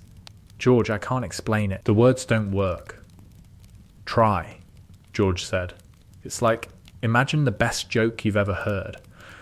The joke that makes you laugh so hard you can't breathe. Imagine the feeling of that joke. Without the joke. The feeling, sustained, the feeling as a place. You're in a joke? George said. I'm in the feeling of a joke, Fred said. The joy without the punchline. That's the worst description of the afterlife in history, George said. I'm dead, Fred said. My descriptive abilities have declined. Your descriptive abilities were never good, George said. True, Fred said. And now I'm dead A&D, bad at descriptions. The decline is total, George laughed. In the Great Hall, standing next to his dead twin's shimmering form. The laughing was the grief breaking, the wave cresting, the thing that Fred had always produced in George continuing through death. Don't call me back, Fred said. I wasn't going to, George said. Good, Fred said. The going is good. Let me go. I'll let you go, George said. And George, Fred said. The flickering, the pulling, the shop. Keep the shop. The shop is the best thing we did. The shop is? Yeah, George said. The shop is. Fred faded. George stood in the Great Hall and looked at the space where his twin had been, and did not cry, and did not laugh, and did not do anything except stand there, being the one who was left, carrying the conversation that would have to last the rest of his life. 5 minutes ended. The summoned faded. 50 spirits returned to wherever the dead went. The Great Hall was. The Great Hall was the living again. Only the living. Harry sat on the floor. The summoning of 50 spirits simultaneously had depleted. Harry was unconscious before Hermione caught him. The metabolic cost of the mass summoning was weeks. The cost was weeks of energy, compressed into 5 minutes of connection. Was it worth it? Hermione asked. Later in the hospital wing, when Harry woke up. Ask George, Harry said. George says it was worth it, Hermione said. Then it was worth it, Harry said. Harry, Hermione said. That was the last one, wasn't it? The last summoning, Harry confirmed. The last time I used the ability. Ever? Hermione said. Ever, Harry said. Even though you can, Hermione said. Especially because I can, Harry said. The 5 minutes was the gift. The goodbye, the last time. Now the dead go, and I let them go. And you carry the ability, Hermione said. And I carry the ability, Harry confirmed. Every day, without using it. The carrying is the work. The work of a lifetime, Hermione said. The work of a lifetime, Harry agreed. Let us know what you'd like to see next. Additional scenes Year 1. The Forbidden Corridor. The Philosopher's Stone crisis intersected with Harry's ability in an unexpected way. Harry entered the 3rd floor corridor. Harry passed through the trapdoor. Harry reached the Mirror of Erist, the same mirror that showed desires, the same mirror that Harry had stood before in December.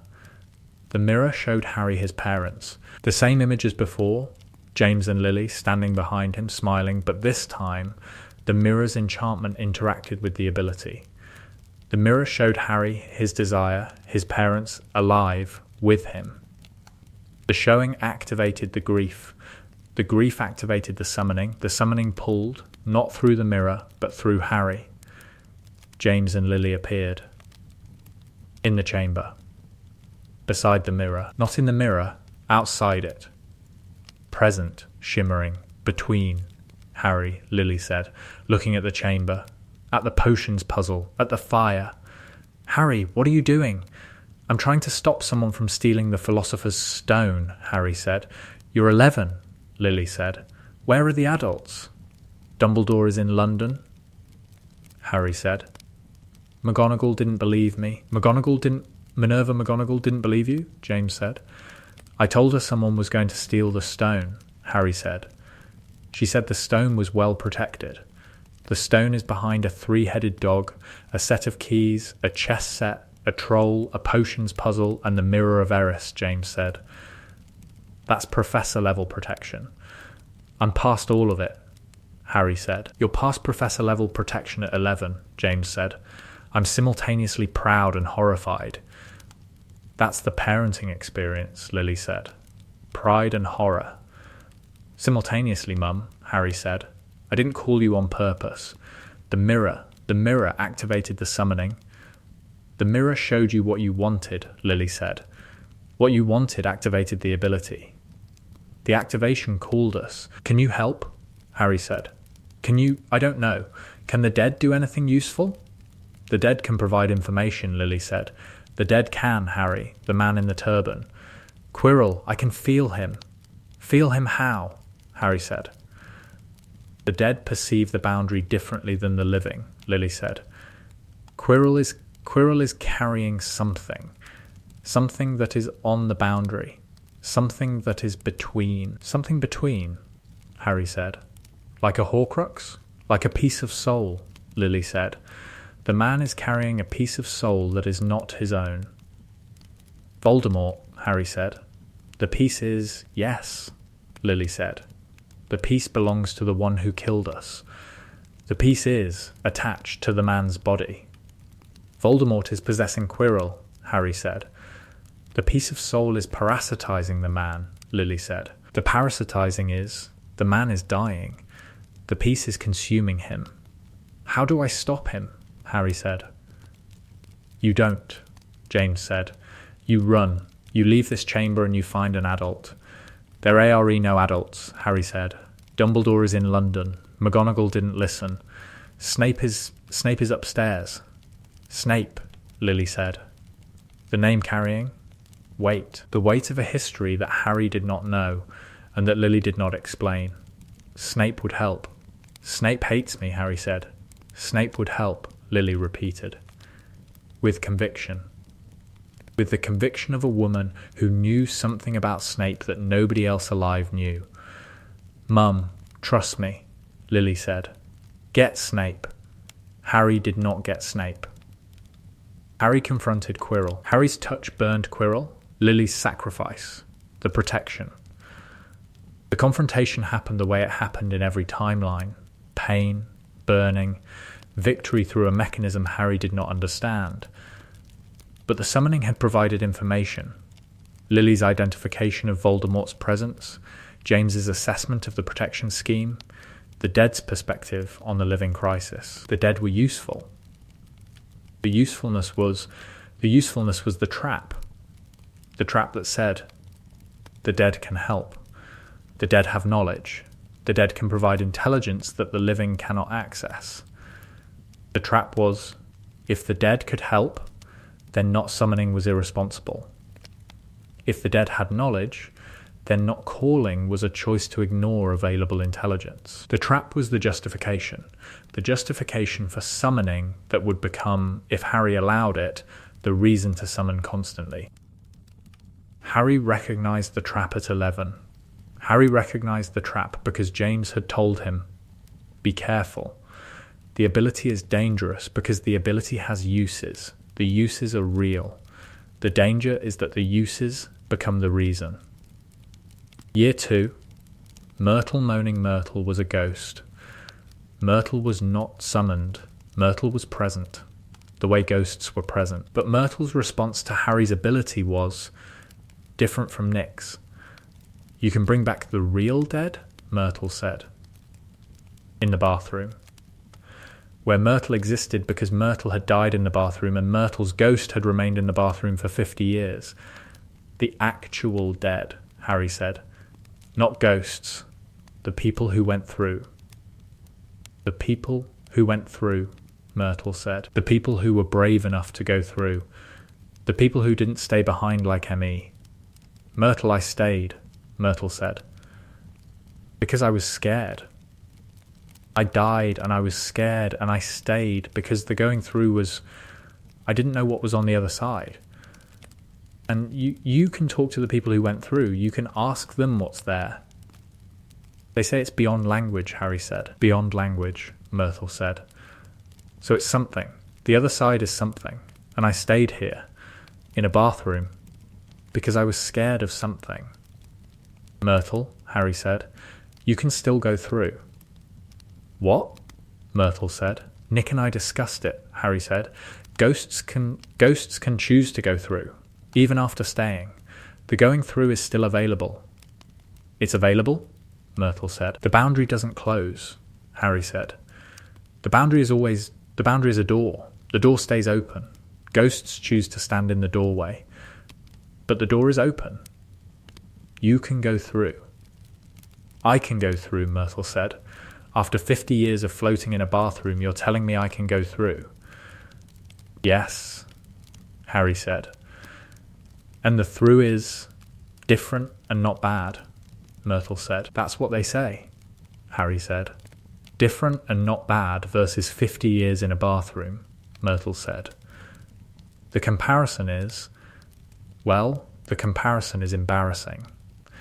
The comparison is, it's a choice you made when you were scared, Harry said. Being scared doesn't make the choice wrong.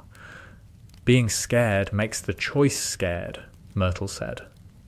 And I've been scared for 50 years. You could stop being scared, Harry said. I could go through, Myrtle said. If you wanted, Harry said. Myrtle did not go through immediately. Myrtle considered for 3 years of floating in the bathroom, considering the going through, weighing the known against the unknown. Myrtle went through in Harry's 5th year. The going through was quiet. The going through was Myrtle standing in the bathroom one morning and saying right then, and fading. Not the sharp fading of a banished ghost, but the gradual fading of a ghost choosing to complete the transition that had been available for 50 years. She went through, Nick told Harry. At breakfast. She went through, Harry confirmed. Because of what you told her, Nick said. About the other side. Because she chose to, Harry said. Because you gave her the information that made the choosing possible, Nick said. You told a ghost that the going through was not bad. The telling changed her choice. The telling informed her choice, Harry said. The distinction is generous, Nick said. The truth is, you changed a ghost's afterlife by telling her what the dead told you. The information from your ability altered the course of a soul's journey. That sounds more dramatic than it was, Harry said. That sounds exactly as dramatic as it was, Nick said. Year 3. Lupin's request Lupin, who had been Harry's defence professor and who had known Harry's parents, and who was. In the months after his appointment, the adult who most frequently discussed the ability with Harry made a request in March. I want you to summon my mother, Lupin said, in his office. After a lesson. Your mother, Harry said. Hope Lupin, Lupin said. She died when I was 12. She, Remus, she died because of me. Because of you? Harry said. I was bitten by greyback when I was 4, Lupin said.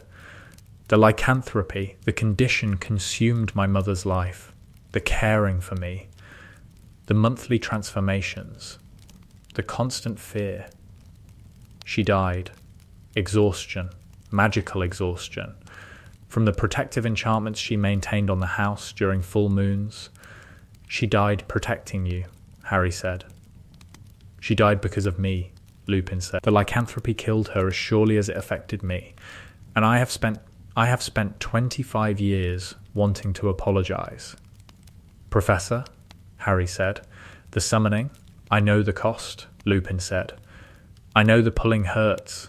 I know the dead have their journey. I know all the things you've said. And I'm asking anyway. Why? Harry said. Because the not apologizing is worse than the pulling, Lupin said. For me. Not for her. For me. The not apologizing has been my life. Every decision I've made, the isolation, the self-punishment, that, Harry, I have spent 25 years punishing myself for my mother's death. And talking to her would either confirm the punishment or end it, Lupin said. Either she agrees that her death was my fault, in which case the punishment is deserved, or she says it wasn't your fault, Harry said. Either way, I would know, Lupin said. The not knowing is the engine. The not knowing is what drives the punishment. Harry looked at Lupin, at the professor who was asking a 13-year-old student to summon his dead mother so that the professor could apologize for a death that had happened before the student was born. I'll do it, Harry said. Once is enough, Lupin said. Harry summoned Hope Lupin. In the office. At night, with the door locked and the wards raised and the privacy secured. Hope appeared. The shimmer, the presence. A woman who was kind-looking, tired-looking. The tired of a person who had spent years caring for a child with a condition that was consuming both of them. Remus, Hope said, looking at her son, who was not the 12-year-old she had left, who was a 33-year-old man with scars and grey hair and the expression of a person who had been carrying something for 2 decades. Mum, Lupin said. The word was the word that professors did not say in front of students. The word was private. Harry looked away. You've grown, Hope said. You look tired. I'm fine, Lupin said. You're not fine, Hope said. You're Remus. You look like you haven't slept since I died. I've slept, Lupin said. Not well, Hope said. Not well, Lupin confirmed. What do you want to say? Hope said. The boy's ability, the pulling, it won't last long. Say what you need to say. I'm sorry, Lupin said, for the lycanthropy, for the condition, for what it cost you. What it cost me, Hope said. Your life, Lupin said. The condition, the protections, the exhaustion, Remus, Hope said. I died protecting my son. The dying was the job. The job, Lupin said. The job of being your mother, Hope said. The job included the condition. The job included the protections. The job included the exhaustion. The exhaustion killed me. The killing was the cost of the job. You shouldn't have had to. Nobody should have to, Hope said. Nobody should have to protect their child from a werewolf curse. Nobody should have to die of magical exhaustion at 43. The shouldn't is irrelevant. The is what matters. And the is, Lupin said. The is, I protected you because you were my son, Hope said. The protection cost my life. The cost was worth paying. I would pay it again. You'd die again, Lupin said. I'd die again, Hope confirmed. Without hesitation. That's parenting, Hope said. You'll understand when you have children. I can't have children, Lupin said. The condition doesn't prevent love, Hope said. The condition prevents nothing that matters. Hope flickered. The pulling, the boundary calling her back. Remus, Hope said. Stop punishing yourself. Stop, Hope said. The punishment is wrong. I didn't die because of you. I died for you. The distinction is everything. Hope faded. The shimmer dimmed. The office was the living again. Lupin was sitting on the floor. Because Lupin's legs had given out at some point during the conversation, and because sitting on the floor was the only option when standing was impossible. Harry sat on the floor beside him. 2 people on the floor. In an office. At night.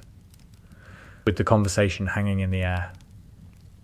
She said it wasn't my fault, Lupin said. She said the distinction is everything, Harry said. The distinction between because of and for, Lupin said. Because of means blame, Harry said. For means choice. She chose. She chose to die for me, Lupin said. Like my mum chose to die for me, Harry said. Like every parent who, Lupin stopped. Harry, how many of these conversations have you had? This one was the first one I chose to have, Harry said. All the others were accidental. Or requested. This is the first one I agreed to. Why me? Lupin said. Why my request? Because you needed it, Harry said. Most people who ask, they want to talk to the dead for themselves. You wanted to talk to the dead for her. You wanted to apologize. The apology was, you were trying to release yourself from something you'd been carrying. And the release worked, Lupin said. Did it? Harry said. Lupin was quiet. The quiet was the processing of a conversation with his dead mother who had told him to stop punishing himself and who had died for him, not because of him. I think it worked, Lupin said. I think the engine stopped. The punishment engine, Harry said. The guilt engine, Lupin said.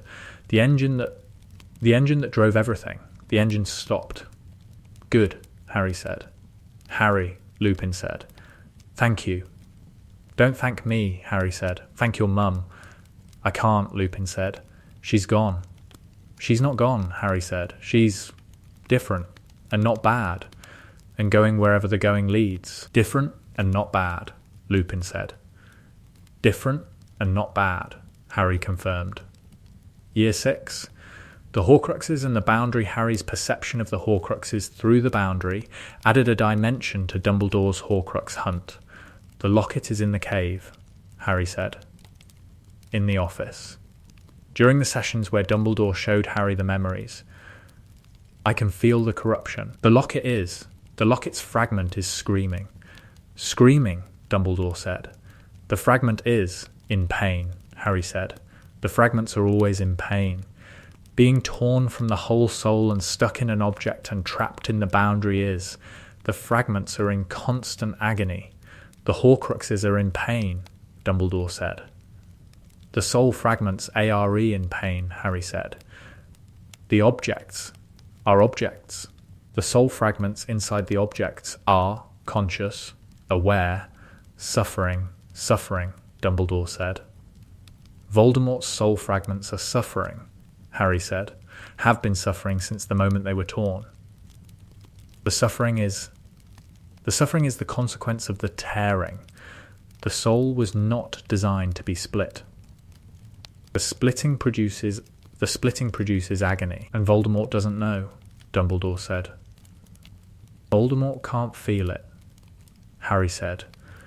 The main soul, the primary fragment, is disconnected from the others.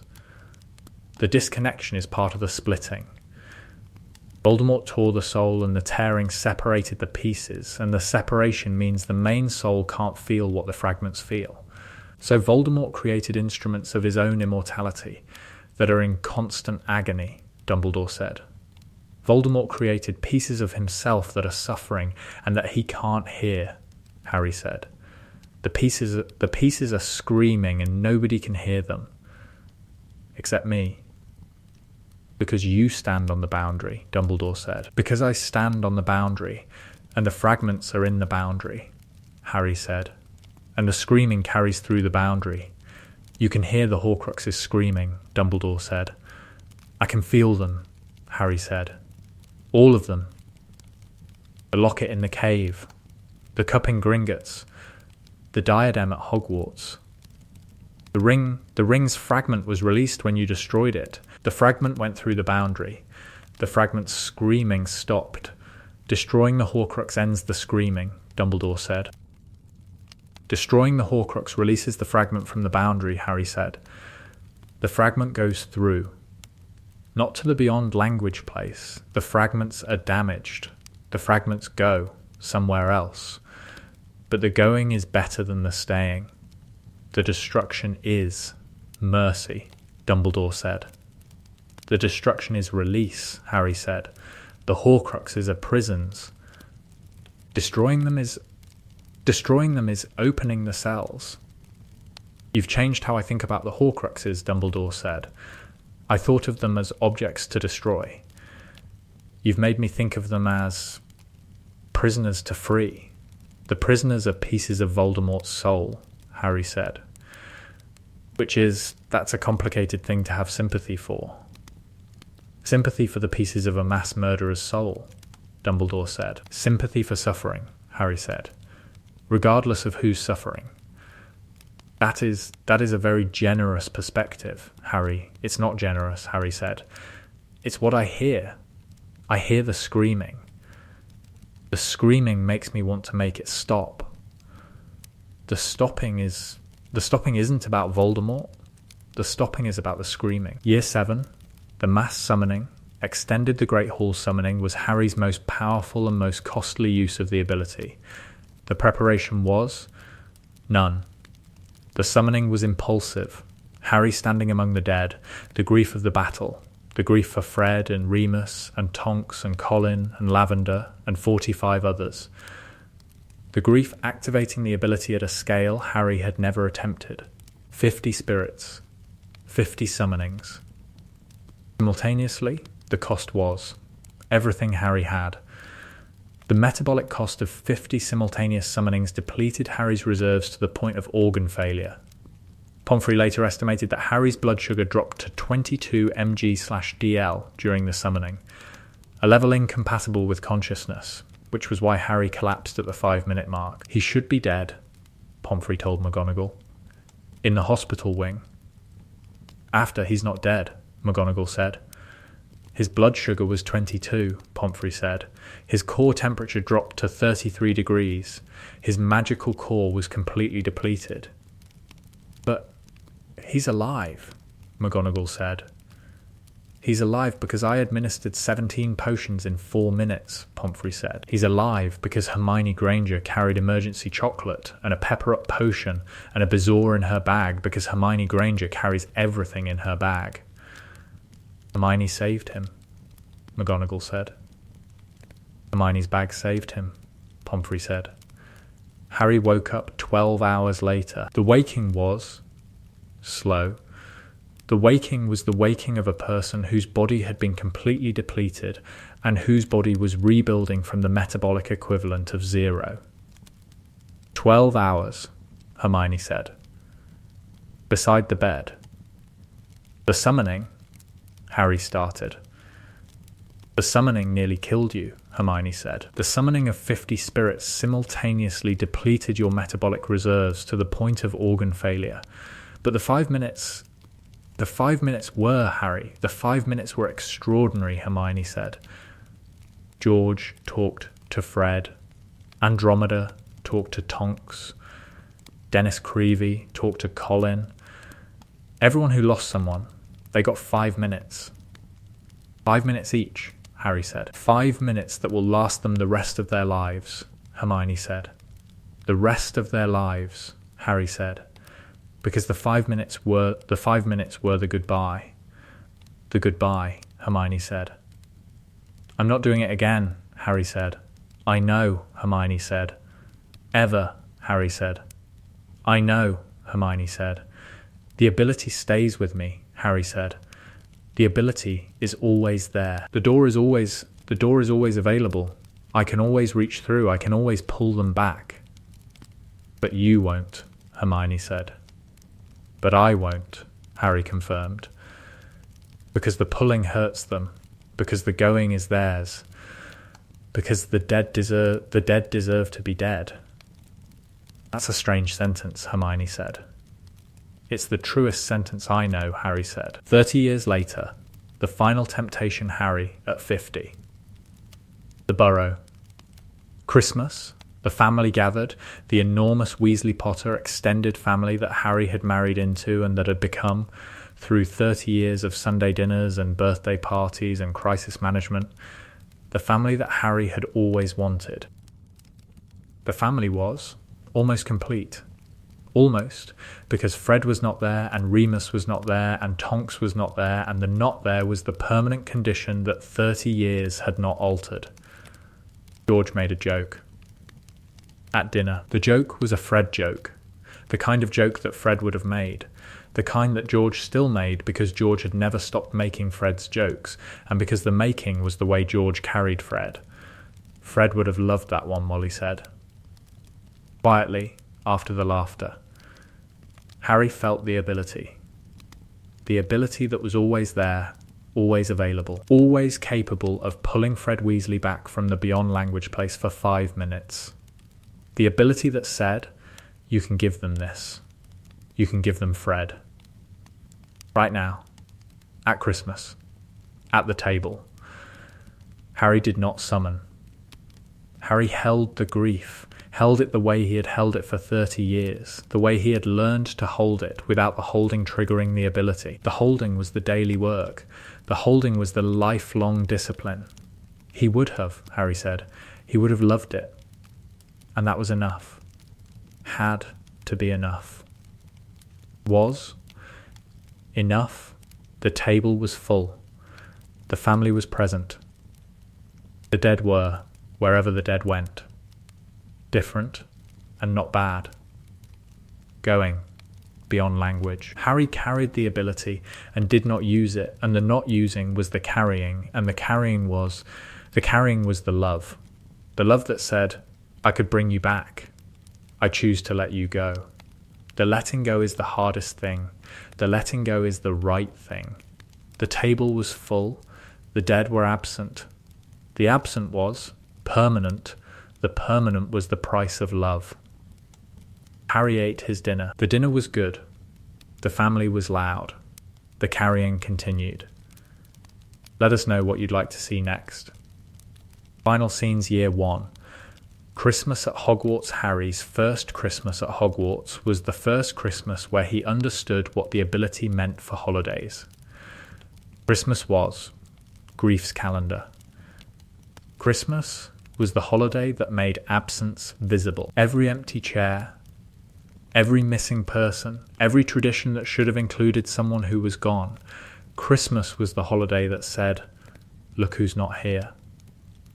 Harry felt the castle's grief at Christmas, not through the ability, through observation. The students who went home had families to go to. The students who stayed had Hogwarts. The staying was the evidence. The students who stayed were the students whose families were incomplete. Harry stayed. Ron stayed. Hermione went home. On Christmas morning, Harry woke up and found presents at the foot of his bed. The presents were ordinary, extraordinary in their ordinariness. Harry had never received Christmas presents. The presents were a Weasley jumper, chocolate frogs, and the invisibility cloak. And a summoning. Harry did not trigger the summoning. The summoning triggered itself. The Christmas morning emotion, the overwhelming experience of being given things by people who cared, the grief that existed beneath the joy. Lily appeared, at the foot of the bed, beside the presents. "Merry Christmas," Lily said. "Shimmering, Mum," Harry said. I know," Lily said. "The emotion called me. The Christmas emotion. The Christmas grief," Harry said. "The Christmas everything," Lily said. "The joy and the grief together. The combination is powerful. The calling is stronger when the emotions are mixed. Mixed emotions summon you harder," Harry said. "Mixed emotions summon harder than pure emotions," Lily said. "Pure grief summons weakly. Pure joy doesn't summon at all. The mix, the joy grief, the having and missing, the mix is the strongest trigger."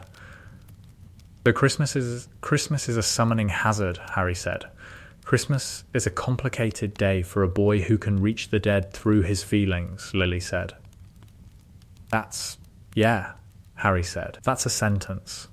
"Open your presents," Lily said. "I want to see." Harry opened his presents, with his dead mother watching. The opening was the thing, a boy opening presents on Christmas morning while his mother watched. The most normal scene in the world, made extraordinary by the mothers being dead and the watching being through the boundary between life and death. "The jumper is nice," Lily said. "It's from Mrs. Weasley," Harry said. "Molly Weasley," Lily said. "I knew her, briefly, in the order. She knits for everyone," Harry said. "She knits for people she loves," Lily said. "If she's knitting for you, Harry, that's important. She barely knows me," Harry said. "Molly Weasley loves people at speed," Lily said. Molly's love is immediate. Overwhelming, like weather." "Like weather," Harry repeated. Mum, that's a good description. I had good descriptions when I was alive," Lily said. "The death hasn't improved them." "Mum," Harry said. "Happy Christmas." "Happy Christmas, baby," Lily said, and flickered, and faded, and was gone. Harry sat among his presents. On Christmas morning. In Gryffindor Tower, with the Weasley jumper and the chocolate frogs and the invisibility cloak and the knowledge that his mother had been there. "Who were you talking to?" Ron said, from behind the bed curtain. "Sleepy, my mum," Harry said. "At Christmas," Ron said. "She wanted to see me open presents," Harry said. Ron was quiet. "That's really nice, Harry. It's really sad," Harry said. "Both," Ron said. "Both?" Harry agreed. Year 3, the Boggart Lupin's classroom. 3rd year, the Boggart lesson. The class lined up. Each student faced the Boggart. Each cast ridiculous. The exercise was routine.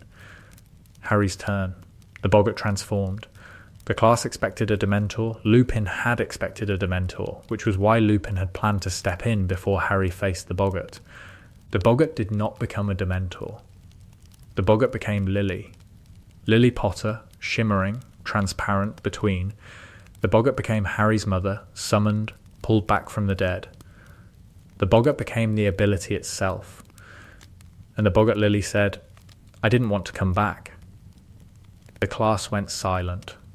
30 students watching Harry's greatest fear. Not death. Not Voldemort. The fear that the dead didn't want to be summoned. The fear that the calling was an intrusion. The fear that every time Harry reached through the boundary, the dead were hurt and didn't want to come. Ridiculous. Harry cast, his voice cracking. The boggart Lily transformed into a cat. A cat wearing a jumper. The randomness of the ridiculous image reflecting the desperation of the casting. After class, Lupin did not comment. Lupin understood that some boggart revelations were private, but Lupin understood something else. Harry's greatest fear was that the ability was harmful, that the calling was cruelty, that every summoning was an act of violence against the dead. The boggart showed you your worst fear about the ability, Lupin said. In his office. After class. The fear is that they don't want to come, Harry said. That every time I call them, every time I pull them back, they're being hurt and they don't want it. And do they? Lupin said. Want it? Cedric said, "Don't call me again," Harry said. My dad said the pulling hurts. My mum said the calling is, she said it's like being born backwards. So the boggart was showing you something that's partially true, Lupin said. The boggart was showing me the worst version of something that's partially true, Harry said. The worst version is, they never want to come. Every summoning is cruelty. Every calling is violence. And the better version? Lupin said. The better version is, they come because they choose to, Harry said. When they're called. They can resist the calling. The dead have agency. The calling is a request, not a command. They come because they want to see us, even though the pulling hurts. So the truth is between, Lupin said. The truth is always between, Harry said. Year 5. The Veil. Extended after the Veil incident. After Harry pulled Sirius back from the boundary, the Department of Mysteries took an institutional interest in Harry that went beyond the previous classification efforts. You reached into the Veil, Croker said. In the briefing. After the battle. You physically interacted with the boundary between life and death. I pulled Sirius back, Harry said. You pulled a living person out of the transition, Croker said. The transition, that, Mr. Potter. The department has studied the Veil for 300 years. In 300 years, nobody has interacted with the Veil. Nobody has reached into it. Nobody has pulled anything out. I pulled Sirius, Harry said. You reached into death and pulled a person back into life, Croker said. The reaching, Mr. Potter, the reaching changes everything we understand about the boundary. The boundary is permeable, Harry said. I've been saying this for 4 years. The boundary is permeable to you, Croker said. The boundary is not universally permeable. The boundary is permeable specifically to you, specifically through the mechanism of your scar, specifically because of the killing curse survival. And you want to study it, Harry said. We want to understand it, Croker said. The understanding could, Mr. Potter. The understanding could change the nature of death. Death's nature doesn't need changing, Harry said. Death's nature is the greatest mystery in magic, Croker said. Death's nature is the greatest mystery, Harry said. Not the greatest problem. A mystery is something you explore. A problem is something you solve. Death is not a problem. Death takes people, Croker said. Death transitions people, Harry said. From here to wherever.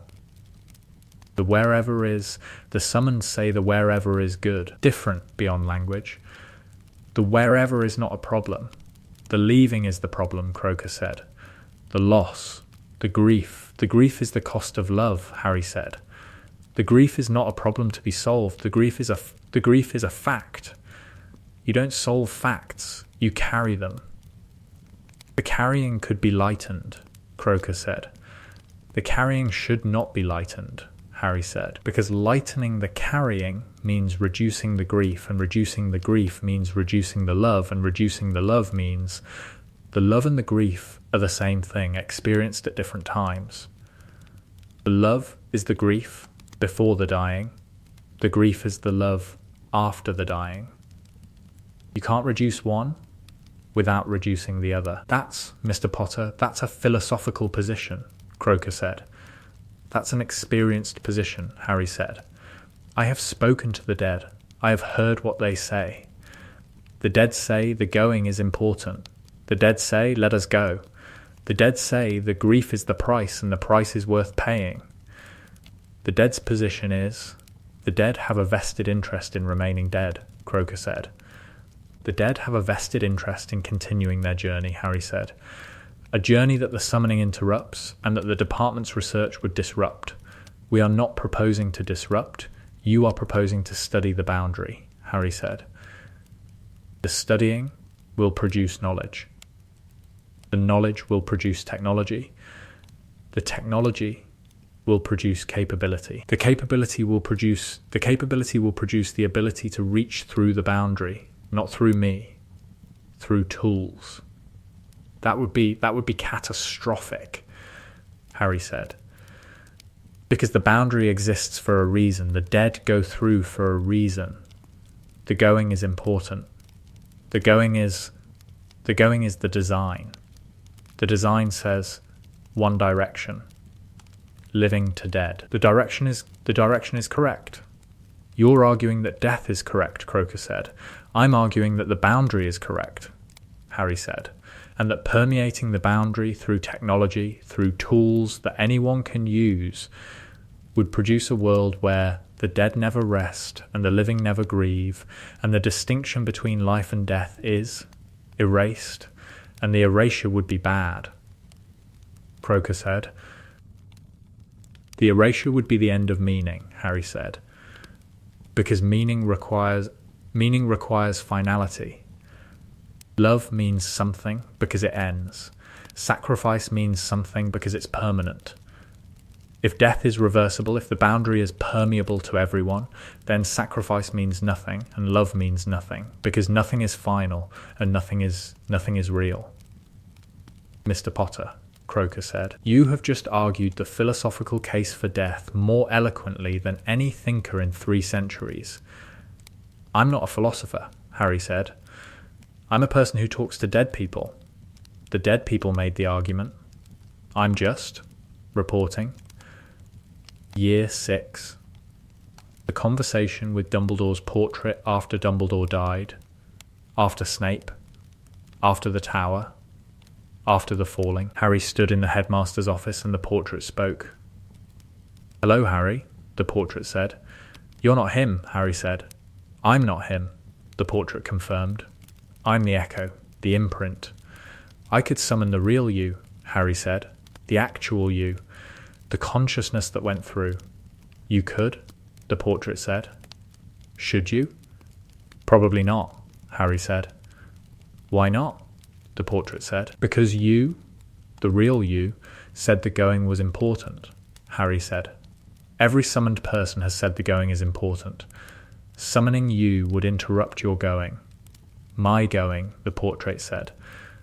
Which I am, which the real Dumbledore is currently experiencing. Wherever the going leads, Harry said. The beyond language place, the portrait said. Different and not bad, Harry said. I would have liked to know that, the portrait said. When I was alive, when I spent decades studying death and fearing what lay beyond, I would have liked to know that the beyond is not bad. Would it have changed anything? Harry said. It would have changed the fear, the portrait said. The fear drove many decisions. The Deathly Hallows. The pursuit of mastery over death. The fear drove the young Dumbledore to Grindelwald. To the quest. If the fear had been reduced, the quest might not have happened, Harry said. The quest might not have consumed a decade of my life, the portrait said. The quest might not have. Ariana might not have. Ariana, Harry said. Your sister. My sister who died because of the quest, the portrait said. My sister who died because I was afraid of death, and the fear made me pursue mastery, and the pursuit produced the confrontation that killed her. You want me to summon Ariana, Harry said. The portrait wants nothing, the portrait said. The portrait is an echo. The echo reflects. What I reflected is, the real Dumbledore would want to know that Ariana is, in the beyond language place, different and not bad. I could tell him, Harry said. I could summon the real Dumbledore and tell him. You could, the portrait said. But would you? No, Harry said.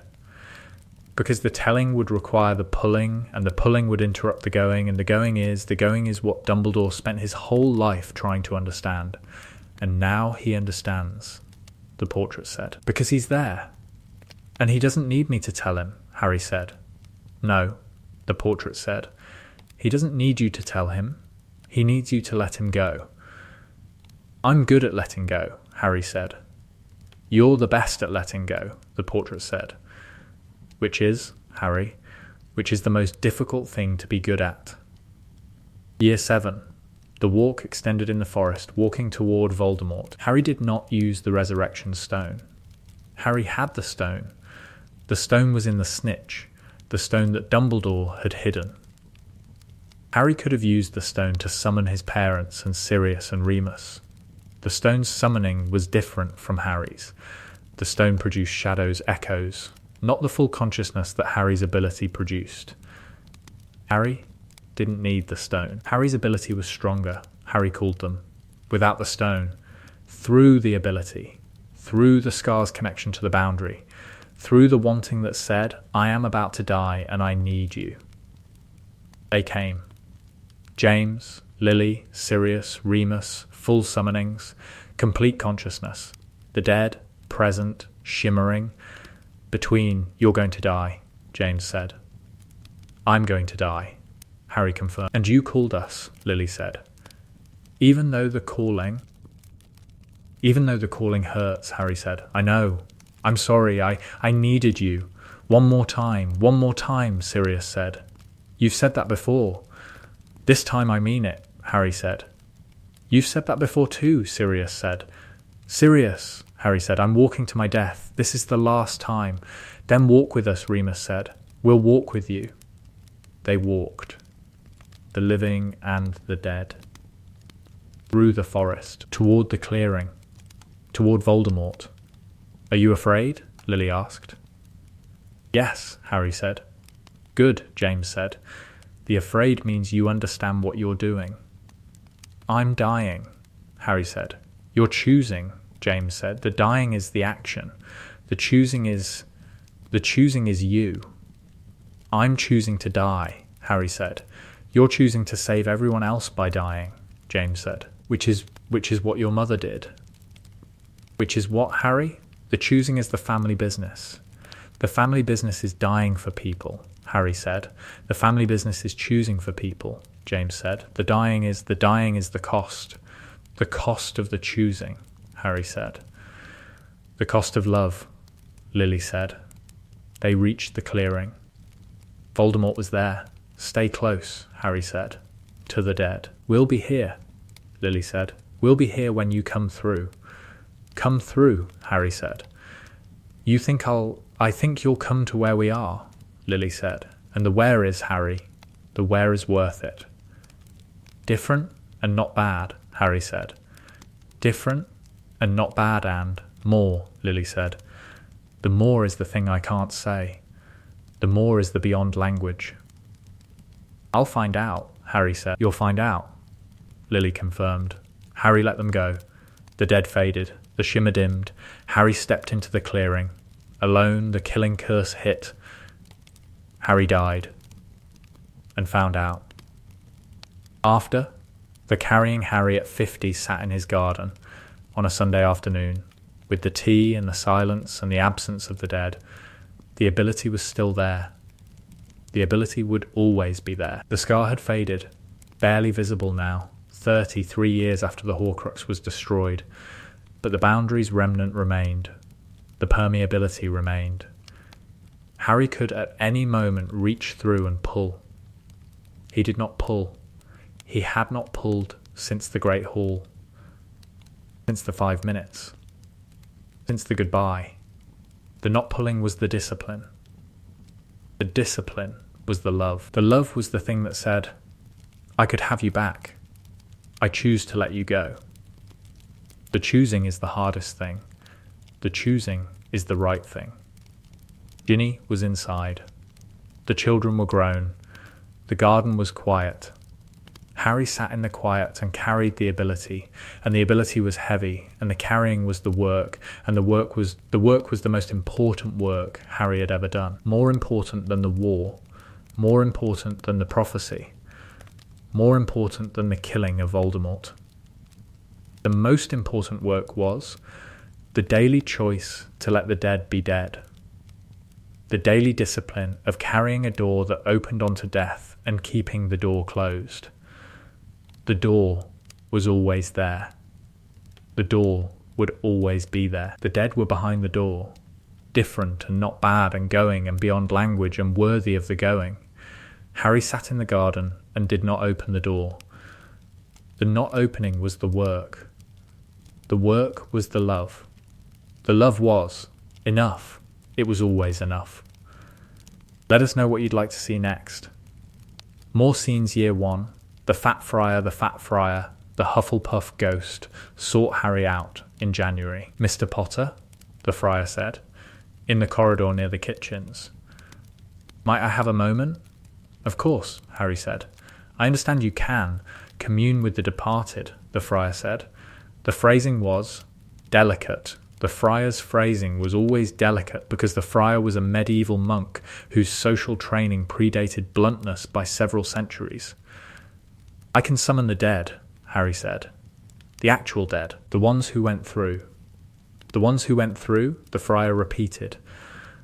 Those of us who chose to stay, we did not go through. We remained. You remained as ghosts, Harry said. We remained as echoes, the friar said, imperfect copies of who we were. The ghost is not the person. The ghost is the shadow of the person. The person went. The person was supposed to go through. But you didn't, Harry said. I didn't, the friar confirmed.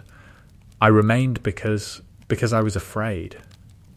And because the church taught that the soul must linger to atone, and because the lingering felt safer than the unknown. And now you know the unknown is not bad, Harry said. Now I know the unknown is beyond language, the friar said, which is more information than I had 600 years ago. 600 years of staying because you didn't know, Harry said. 600 years of staying because I was afraid of what I'd find, the friar said. And the finding is not bad. The finding is worthy. Do you want to go through? Harry said. I want. The friar stopped. Mr. Potter, I have been a ghost for 600 years. 600 years of floating through corridors and attending feasts I cannot eat and watching students grow and leave. 600 years of being an echo. It sounds like a sentence, the friar said. A sentence I imposed on myself because I was afraid. The going through is still available, Harry said. Myrtle went through last year. Myrtle went through, the friar said, the girl in the bathroom. She chose to go, Harry said, after 50 years. 50 years is brief, the friar said, compared to 600. Compared to forever, Harry said. Forever is the alternative, the friar said. Staying forever. Echoing forever. And the forever is tiresome. The forever has been tiresome for approximately 400 years. 400 years of tiresome, Harry said. The first 200 were interesting, the friar said. The remaining 400 have been repetition. Ghosts can still go, Harry said. The boundary doesn't close, The boundary doesn't close, the friar repeated. Mr. Potter, Harry, if I go through, what will I find? I can't tell you, Harry said. I've never been through. I've spoken to people who have. They say, different, not bad, beyond language. Beyond language, the friar said. Beyond everything we know, Harry said. But worthy. The going is worthy. The friar considered. The considering took months. The considering took the rest of Harry's first year. The considering was visible. The friar was quieter, more contemplative. The considering of a being who was facing the decision to end 600 years of existence in one form and begin existence in another. The friar went through in June. The going was, like myrtles, the gradual fading, the completion of the transition. The friar stood in the great hall during the end-of-year feast and said, nothing. The friar simply faded. The fading was the choosing. The choosing was the going. The going was complete, the Hufflepuff table noticed. The absence of the Hufflepuff ghost, the ghost who had been present at every feast for 600 years, was noticed the way the absence of furniture was noticed. Something was missing, but nobody could immediately identify what. The friar's gone, a Hufflepuff said, looking at the space above the table where the friar usually floated. Gone where? Another Hufflepuff said. Through, Harry said, from the Gryffindor table. Quietly, the friar went through. Year 2. Hermione's question Hermione asked the question that nobody else had asked. The question was asked in second year, in the library, with the scholarly precision that Hermione brought to questions about the fundamental nature of reality. What's on the other side? Hermione said. I've told you, Harry said, beyond language. Different, not bad. Those are descriptions from the dead, Hermione said. The dead are experiencing the other side. Their descriptions are experiential. I'm asking for structural information. Structural, Harry said. What is it? Hermione said. The other side. Is it a place? A state of being? A dimension? A continuation of consciousness in a non-physical substrate? Hermione, Harry said. I don't know what non-physical substrate means. I mean, is the other side a thing? Hermione said. Is it a place you can go to? Or is it a transformation? Does the person continue as themselves, or do they become something else? The summoned are themselves, Harry said. When I call them, they're the same person. They have memories, they have opinions, they're them. So consciousness persists, Hermione said, after death. The person continues. The person continues, Harry confirmed, in whatever the beyond language place is. And the continuing is permanent, Hermione said. As far as I can tell, Harry said, the summoned don't report an end. The place doesn't have an end. The place doesn't end, Hermione said. So consciousness is infinite? Post-death consciousness is infinite? I don't know if infinite is the right word, Harry said. Infinite implies time. The summoned don't experience time the way we do. The summoned describe the other side as without sequence, without before and after, without temporal structure, Hermione said. The other side exists outside of time. The other side exists outside of everything I understand, Harry said. But it exists, Hermione said. That's the point. The other side exists. Death is not the end. Death is a transition from here to there. And the there is real. The there is real, Harry confirmed. Harry, Hermione said. Do you understand what that means? It means the dead go somewhere, Harry said. It means death is not the end, Hermione said. It means, Harry, every fear, every grief, the fundamental terror of human existence is that death is the end, that we cease, that the person stops. And your ability proves that the person doesn't stop. The person continues. The person continues in a way that I can't describe, and that the dead can't describe, Harry said. The continuation is real, Hermione said. The description is secondary. The fact is primary. And the fact is, death is not the end. Hermione, Harry said. If I publish that fact, if the world knows that death is not the end, what happens? What happens, Hermione said. What happens to the world when everyone knows that death is just a transition? Harry said. What happens to grief? What happens to sacrifice? What happens to the meaning of life when life is not the only thing? Hermione was quiet. The quiet was the processing of a question that was not scientific but philosophical, not empirical but existential. The meaning changes, Hermione said. The meaning changes, Harry confirmed. If death is a transition, then dying is just leaving. Dying is emigration.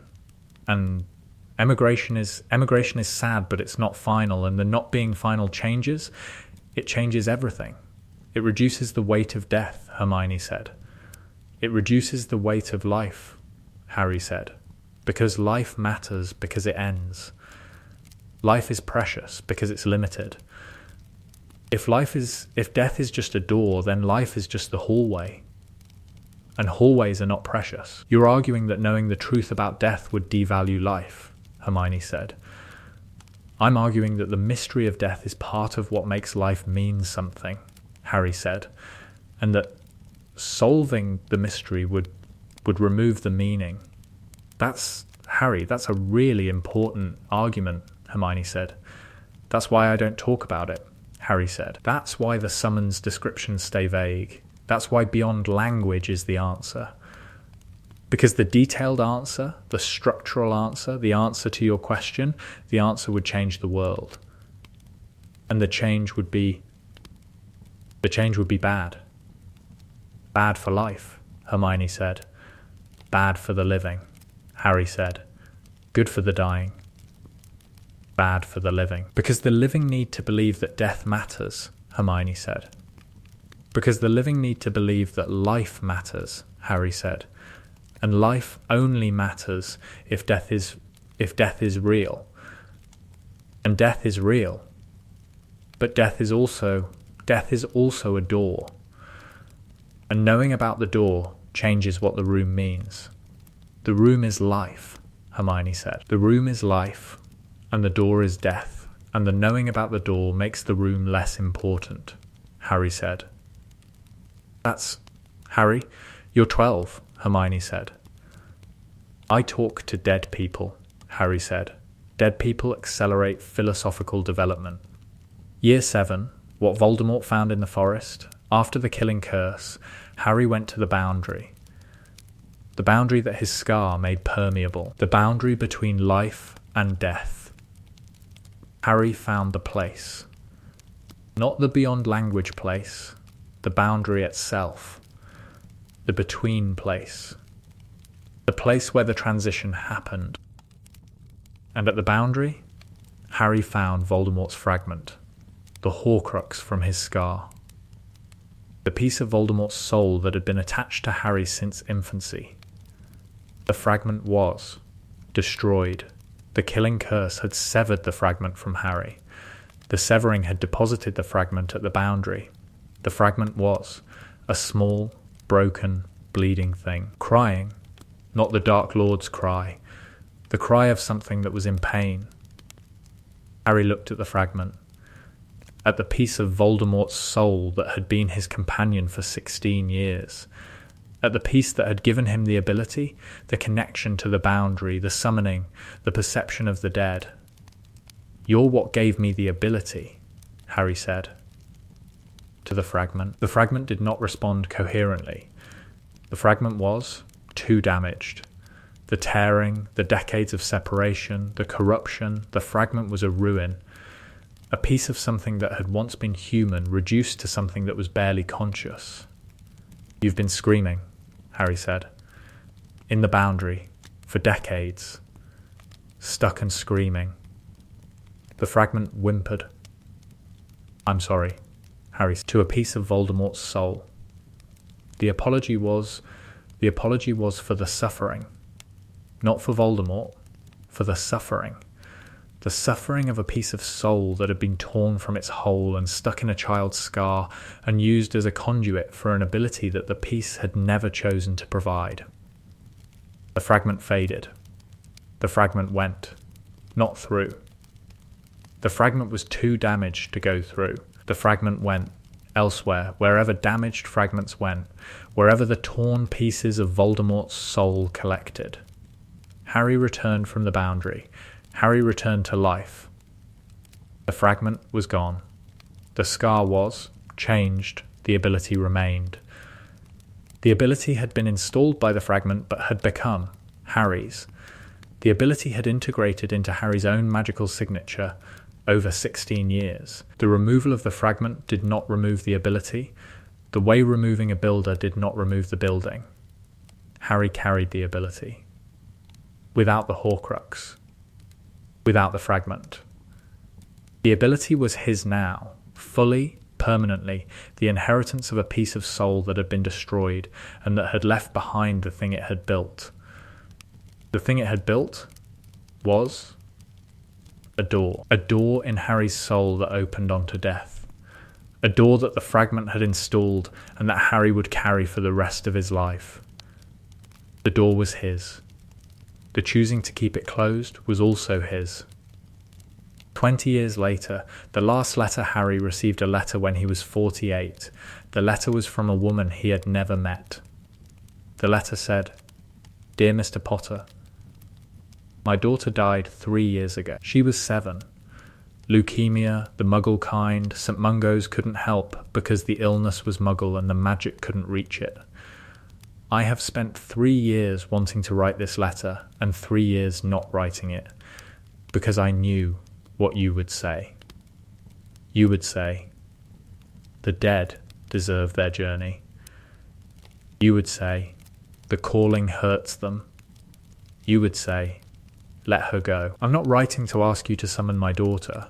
I'm writing to ask you, is she there? Is the somewhere real? Is the beyond language place? Is it a place where a 7-year-old can be? I don't need to talk to her.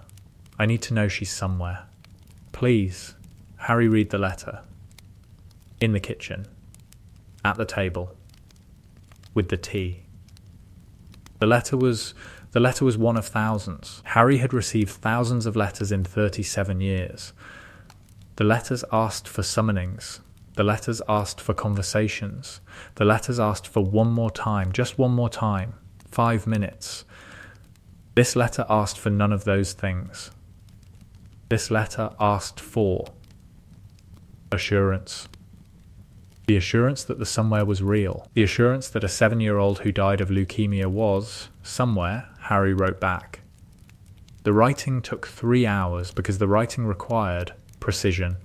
The precision of a person who carried knowledge about death that nobody else possessed, and who had to convey that knowledge without the knowledge being used to change the world's relationship with mortality. Dear Mrs. Calloway, your daughter is somewhere. The somewhere is real. I have spoken to the dead, dozens of them, over many years, and every one of them has described the same thing. A place that is beyond what language can describe. The place is real. The place is. The word the dead use most often is worthy. The place is worthy of the going. I cannot tell you more, because the dead cannot tell me more. The place exceeds description, but the place exists. And your daughter is there. A 7-year-old can be there.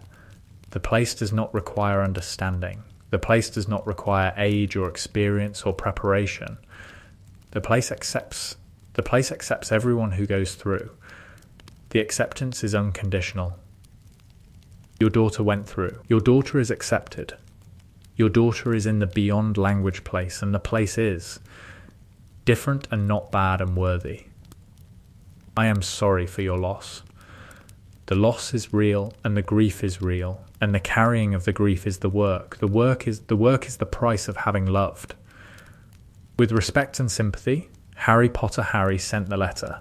The letter was one letter. One letter among thousands. One assurance among the thousands of assurances that Harry had provided over 37 years. The assurance was the thing, not the summoning, not the calling, not the 5-minute conversation with the dead, the assurance that the somewhere existed. The assurance that the dead were somewhere. The assurance was the gift. The real gift. The gift that the ability provided without the ability being used. The dead were somewhere. Harry knew this because Harry had spoken to them. And the knowing was the thing that Harry could share. Without summoning, without calling, without the cost. The knowing was free. The knowing was enough. Let us know what you'd like to see next. Year 3. Dumbledore and the Hallows Dumbledore's relationship with Harry's ability was complicated by the Deathly Hallows. I have spent my life pursuing mastery over death, Dumbledore told Harry. In March of 3rd year, during one of the control sessions, the Hallows, the Elder Wand, the Resurrection Stone, the invisibility cloak. I believed, as a young man, that the Hallows would provide dominion over death. And now, Harry said, and now a 13-year-old boy can do what I spent decades trying to achieve, Dumbledore said. Not through the Hallows, not through mastery, through a scar. You're jealous, Harry said. I am, chastened, Dumbledore said. Chastened? Because the thing I pursued through ambition and study and the quest that killed my sister, the thing I pursued is available to you through an accident. The accidental ability of a child is, the accidental ability does what the deliberate pursuit could not. The accidental ability is not controllable, Harry said. The accidental ability summons dead monks during History of Magic. The control will develop, Dumbledore said. The control always develops. And when it develops, Harry said, when it develops, you will possess something that every wizard who has ever lived has wanted, Dumbledore said. The ability to speak with the dead. The ability to cross the boundary. And the ability to keep the boundary closed, Harry said. Yes, Dumbledore said. The most difficult part. You would have used the Hallows, Harry said. If you'd assembled them. I would have used the Hallows when I was young, Dumbledore said. I would have used them to bring back my parents. My sister. I would have used them. Because the grief was the engine. The grief is always the engine, Harry said. The grief is the engine, and the using is the fuel, Dumbledore said. The engine runs on grief, and the running produces more grief. Because the summoning doesn't end the grief. The summoning suspends the grief. The suspension is temporary. When the suspension ends, the grief returns, worse, because the having and losing is worse than the never having. You figured this out, Harry said. I figured this out after Ariana died, Dumbledore said. I figured this out by watching grief destroy the people around me. I figured this out too late to prevent the destruction, and too early to prevent the understanding. Too early to prevent the understanding, Harry said. You'd rather not have understood? I'd rather have understood without the cost, Dumbledore said. But understanding always has a cost. The cost of understanding grief is... grief? That's circular, Harry said. That's accurate, Dumbledore said. Year 4. The graveyard, the dead around Voldemort in the graveyard, during the resurrection ritual, Harry perceived something that nobody else could perceive. The ritual, the bone of the father, the flesh of the servant, the blood of the enemy, the ritual produced Voldemort's new body. The body emerged from the cauldron, and Voldemort stood, and the Death Eaters gathered, and the circle formed. Harry, tied to the headstone, perceived the dead. Not through summoning, through the ambient perception that the ability provided. The ability to feel the boundary. The boundary was present, in the graveyard. The graveyard was a place of death, the headstones, the bones, the centuries of the dead beneath the soil. The graveyard's proximity to the boundary was high. The boundary was thin here. And through the thin boundary, Harry perceived the dead. The graveyard's dead. Hundreds of them, centuries of the dead, present beyond the boundary, watching. The dead were watching Voldemort's resurrection. The dead were disapproving. The dead's disapproval was tangible in Harry's perception, the feeling of hundreds of consciousnesses. On the other side of the boundary, observing a man who had torn his soul to avoid joining them. "They're watching," Harry said. To nobody, to the headstone he was tied to. The dead are watching. The dead were watching because Voldemort's resurrection was offensive to the dead. Voldemort's entire existence was offensive to the dead. The Horcruxes, the soul-tearing, the refusal to go through. Voldemort was the ultimate insult to death, a person who had dedicated his life to avoiding what the dead had accepted. Harry felt their disapproval. The disapproval was cold, the cold of hundreds of consciousnesses expressing, through the boundary, the judgment that the dead rendered on a man who feared them. The priori incantatem happened. The wand connection. The golden thread. And through the connection, the dead emerged. Cedric, the old man from the Riddle House, Bertha Jorkins, James, Lily. But the emergence was different in this timeline. The emergence was amplified by Harry's ability. The priori incantatem produced echoes, the standard effect. Harry's ability amplified the echoes into full summonings. The dead who emerged from Voldemort's wand were not echoes. They were the actual dead. "Run, Harry," James said. Present, shimmering, fully conscious. "We'll hold him." And the dead held Voldemort. Not through magic, through the boundary. Harry's ability, activated by the stress and the grief and the desperate wanting, produced a field. The field was the boundary itself. The boundary extended into the physical world surrounding Voldemort. Voldemort could not move. Voldemort, who feared death, who had spent his life avoiding death, was surrounded by the presence of death itself. The boundary, extended by Harry's ability, pressing against the man who had torn his soul to escape it. "What are you doing?" Voldemort said. "Looking at Harry, looking at the dead, looking at the field that was holding him." "I'm not doing anything," Harry said. "The dead are." The dead held Voldemort for 17 seconds. 17 seconds during which Harry grabbed the portkey and escaped. 17 seconds during which the dead who had been watching from behind the boundary stepped forward and used Harry's ability as a bridge and surrounded the man who feared them. The dead released Voldemort after Harry left. The dead returned to the boundary. The boundary closed. But the 17 seconds had shown Voldemort something. Harry's ability was not just the summoning of individual dead. Harry's ability was the boundary itself. Harry could extend the boundary. Harry could bring the dead's presence into the physical world. The showing was the thing that made Voldemort's pursuit of Harry absolute. Voldemort wanted the ability. Voldemort wanted the boundary. Voldemort wanted to master death. Not through the Hallows, not through the Horcruxes, but through Harry's connection. The wanting was Voldemort's final mistake. Because the wanting led Voldemort to pursue Harry rather than avoid Harry. And the pursuit led to the confrontation that ended Voldemort. The dead, it turned out, were patient.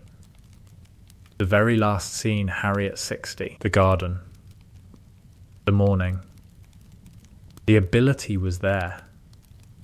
The ability would always be there. 60 years of carrying. 60 years of choosing not to use it.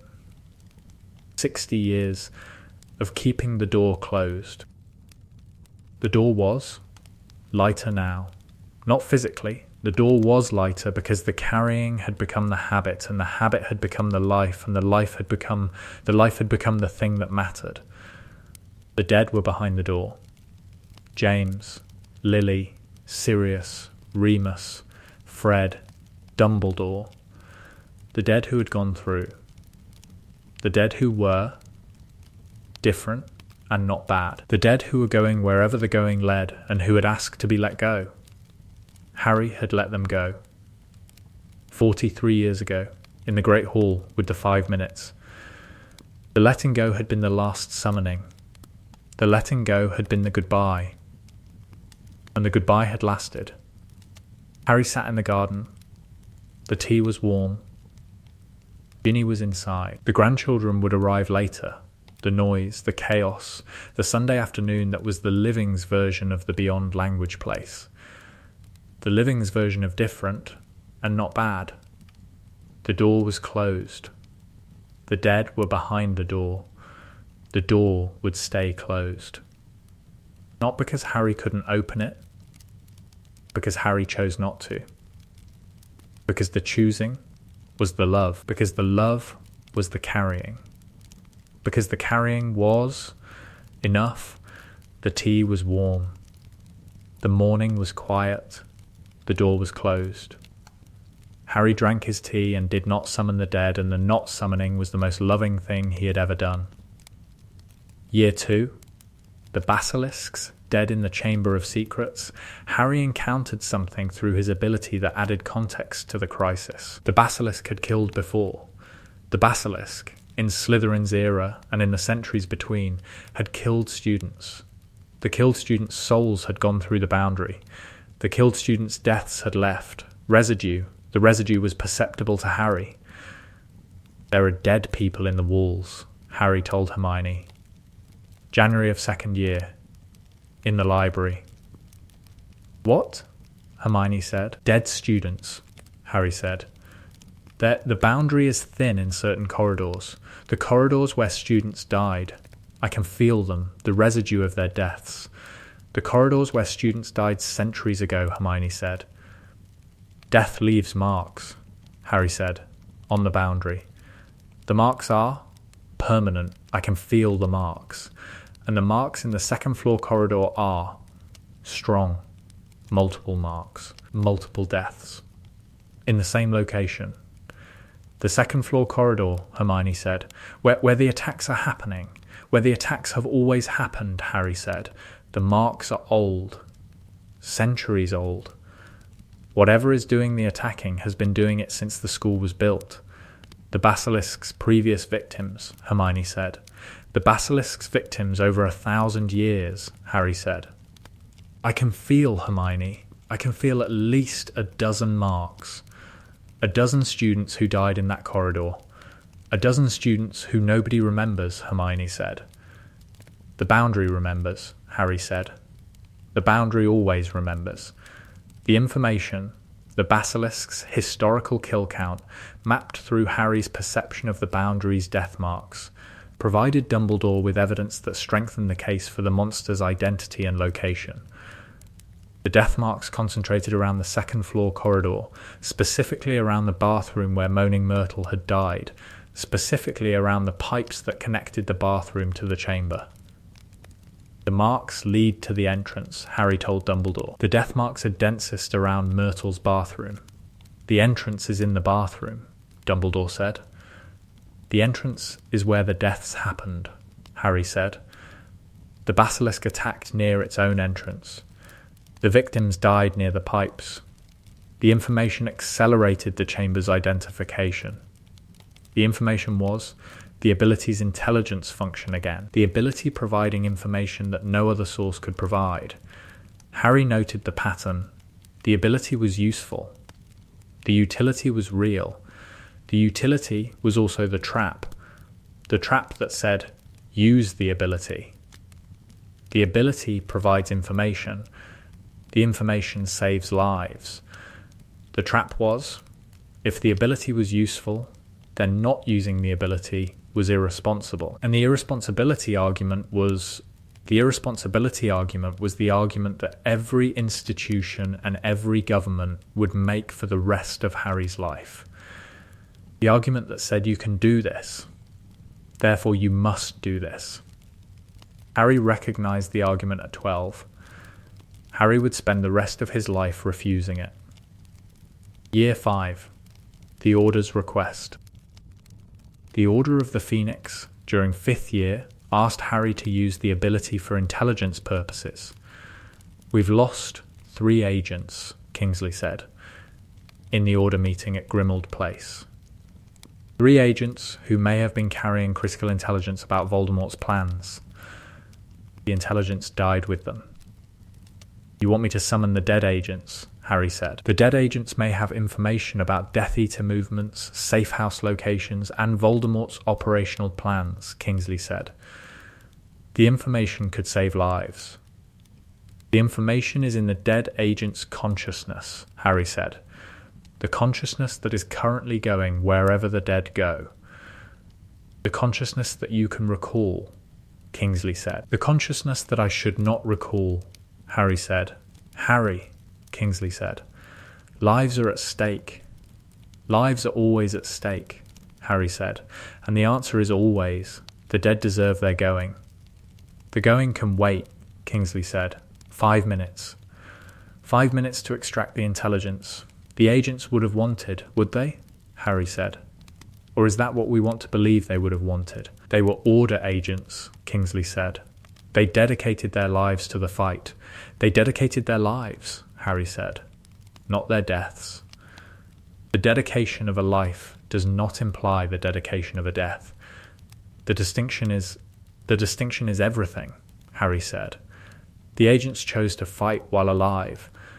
They did not choose to be interrogated after death. "Interrogated is a strong word," Kingsley said. "Summoned for intelligence extraction is a description," Harry said. "The description is interrogation. You want me to summon dead agents and ask them questions. The asking is interrogation. The asking is conversation," Kingsley said. "The conversation is compelled," Harry said, "because the dead don't choose to come. I pull them. The pulling is coercion." "Harry, the answer is no," Harry said. "The answer is always no. The dead are not intelligence assets. The dead are not witnesses. The dead are not tools. The dead are people who have died and who deserve to be dead." "Deserve to be dead," Kingsley repeated. "Deserve the going," Harry said. "Deserve the transition. Deserve the wherever. The wherever that every summoned person has told me is worthy, and the living who will die because we don't have the intelligence?" Kingsley said. "The living will die because Voldemort kills them," Harry said. "Not because I refuse to interrogate the dead. The cause of death is Voldemort, not me. The prevention of death is. The prevention of death through the exploitation of the dead is not prevention," Harry said. "It's exploitation." The Order accepted the refusal. The acceptance was reluctant. The acceptance of an institution that had identified a resource and that had been denied access to the resource by the resource itself. Harry was the resource. Harry was also the gatekeeper. The gatekeeping was the condition. The condition was the carrying. The carrying was everything. Year 6, before the cave mission, before Dumbledore took Harry to retrieve the locket, Dumbledore sat with Harry in the office and said something that Harry carried for the rest of his life. "I am going to die soon," Dumbledore said. "The ring curse. The hand." "I know," Harry said. "When I die," Dumbledore said, "I will go through. Into the beyond language place. Into the whatever that awaits." "Yes," Harry said. "And you will be tempted," Dumbledore said. "You will be tempted to summon me, to ask for guidance, to seek advice from beyond the boundary." "I've been tempted before," Harry said. "You have been tempted by grief," Dumbledore said. "The temptation I'm describing is different. The temptation I'm describing is practical. You will face decisions, the Horcruxes, the war, the endgame. You will face decisions that you believe I could help with. And you will think, I can summon him. I can ask. And I shouldn't, Harry said. And you should not, Dumbledore confirmed. For 2 reasons. First, the summoning would interrupt my going, and I have spent my life, my entire life, wanting to know what the going leads to. Please do not interrupt the discovery. And the second reason? Harry said. The second reason is, you don't need me, Dumbledore said. You have never needed me. The guidance I've provided was the scaffolding. The building is you. The scaffolding can be removed. The scaffolding feels pretty important, Harry said. The scaffolding feels important, Dumbledore said. The building stands without it. How do you know? Harry said. Because you are, Harry. You are the person who has spent 6 years carrying the most dangerous ability in magic, and who has used that ability with restraint and judgment and the specific, principled refusal to exploit it. You are a person who does not need my guidance. You are a person who is your own guidance. Professor, that's a lot of confidence in a 16-year-old, Harry said. That is an accurate assessment of a 16-year-old who talks to dead people and who has refused every institution, every government, and every grieving parent who has asked him to use the ability for their benefit, Dumbledore said. The refusal is the evidence. The refusal is the building. The building stands, Harry said. The building stands, Dumbledore confirmed. Let me go, Harry, when the time comes. Let me go. I will, Harry said. Promise, Dumbledore said. I promise, Harry said. Dumbledore died. Harry kept the promise. Harry did not summon Dumbledore. The not summoning was one of the hardest keepings. Because Dumbledore had been the guidance, and the guidance was gone, and the decisions were Harry's, and the decisions were hard, but the building stood. The building stood because the building had been built over 16 years by a person who carried the boundary in his soul and who kept it closed through the daily, deliberate, continuous choice to let the dead be dead. The building was Harry. The building stood.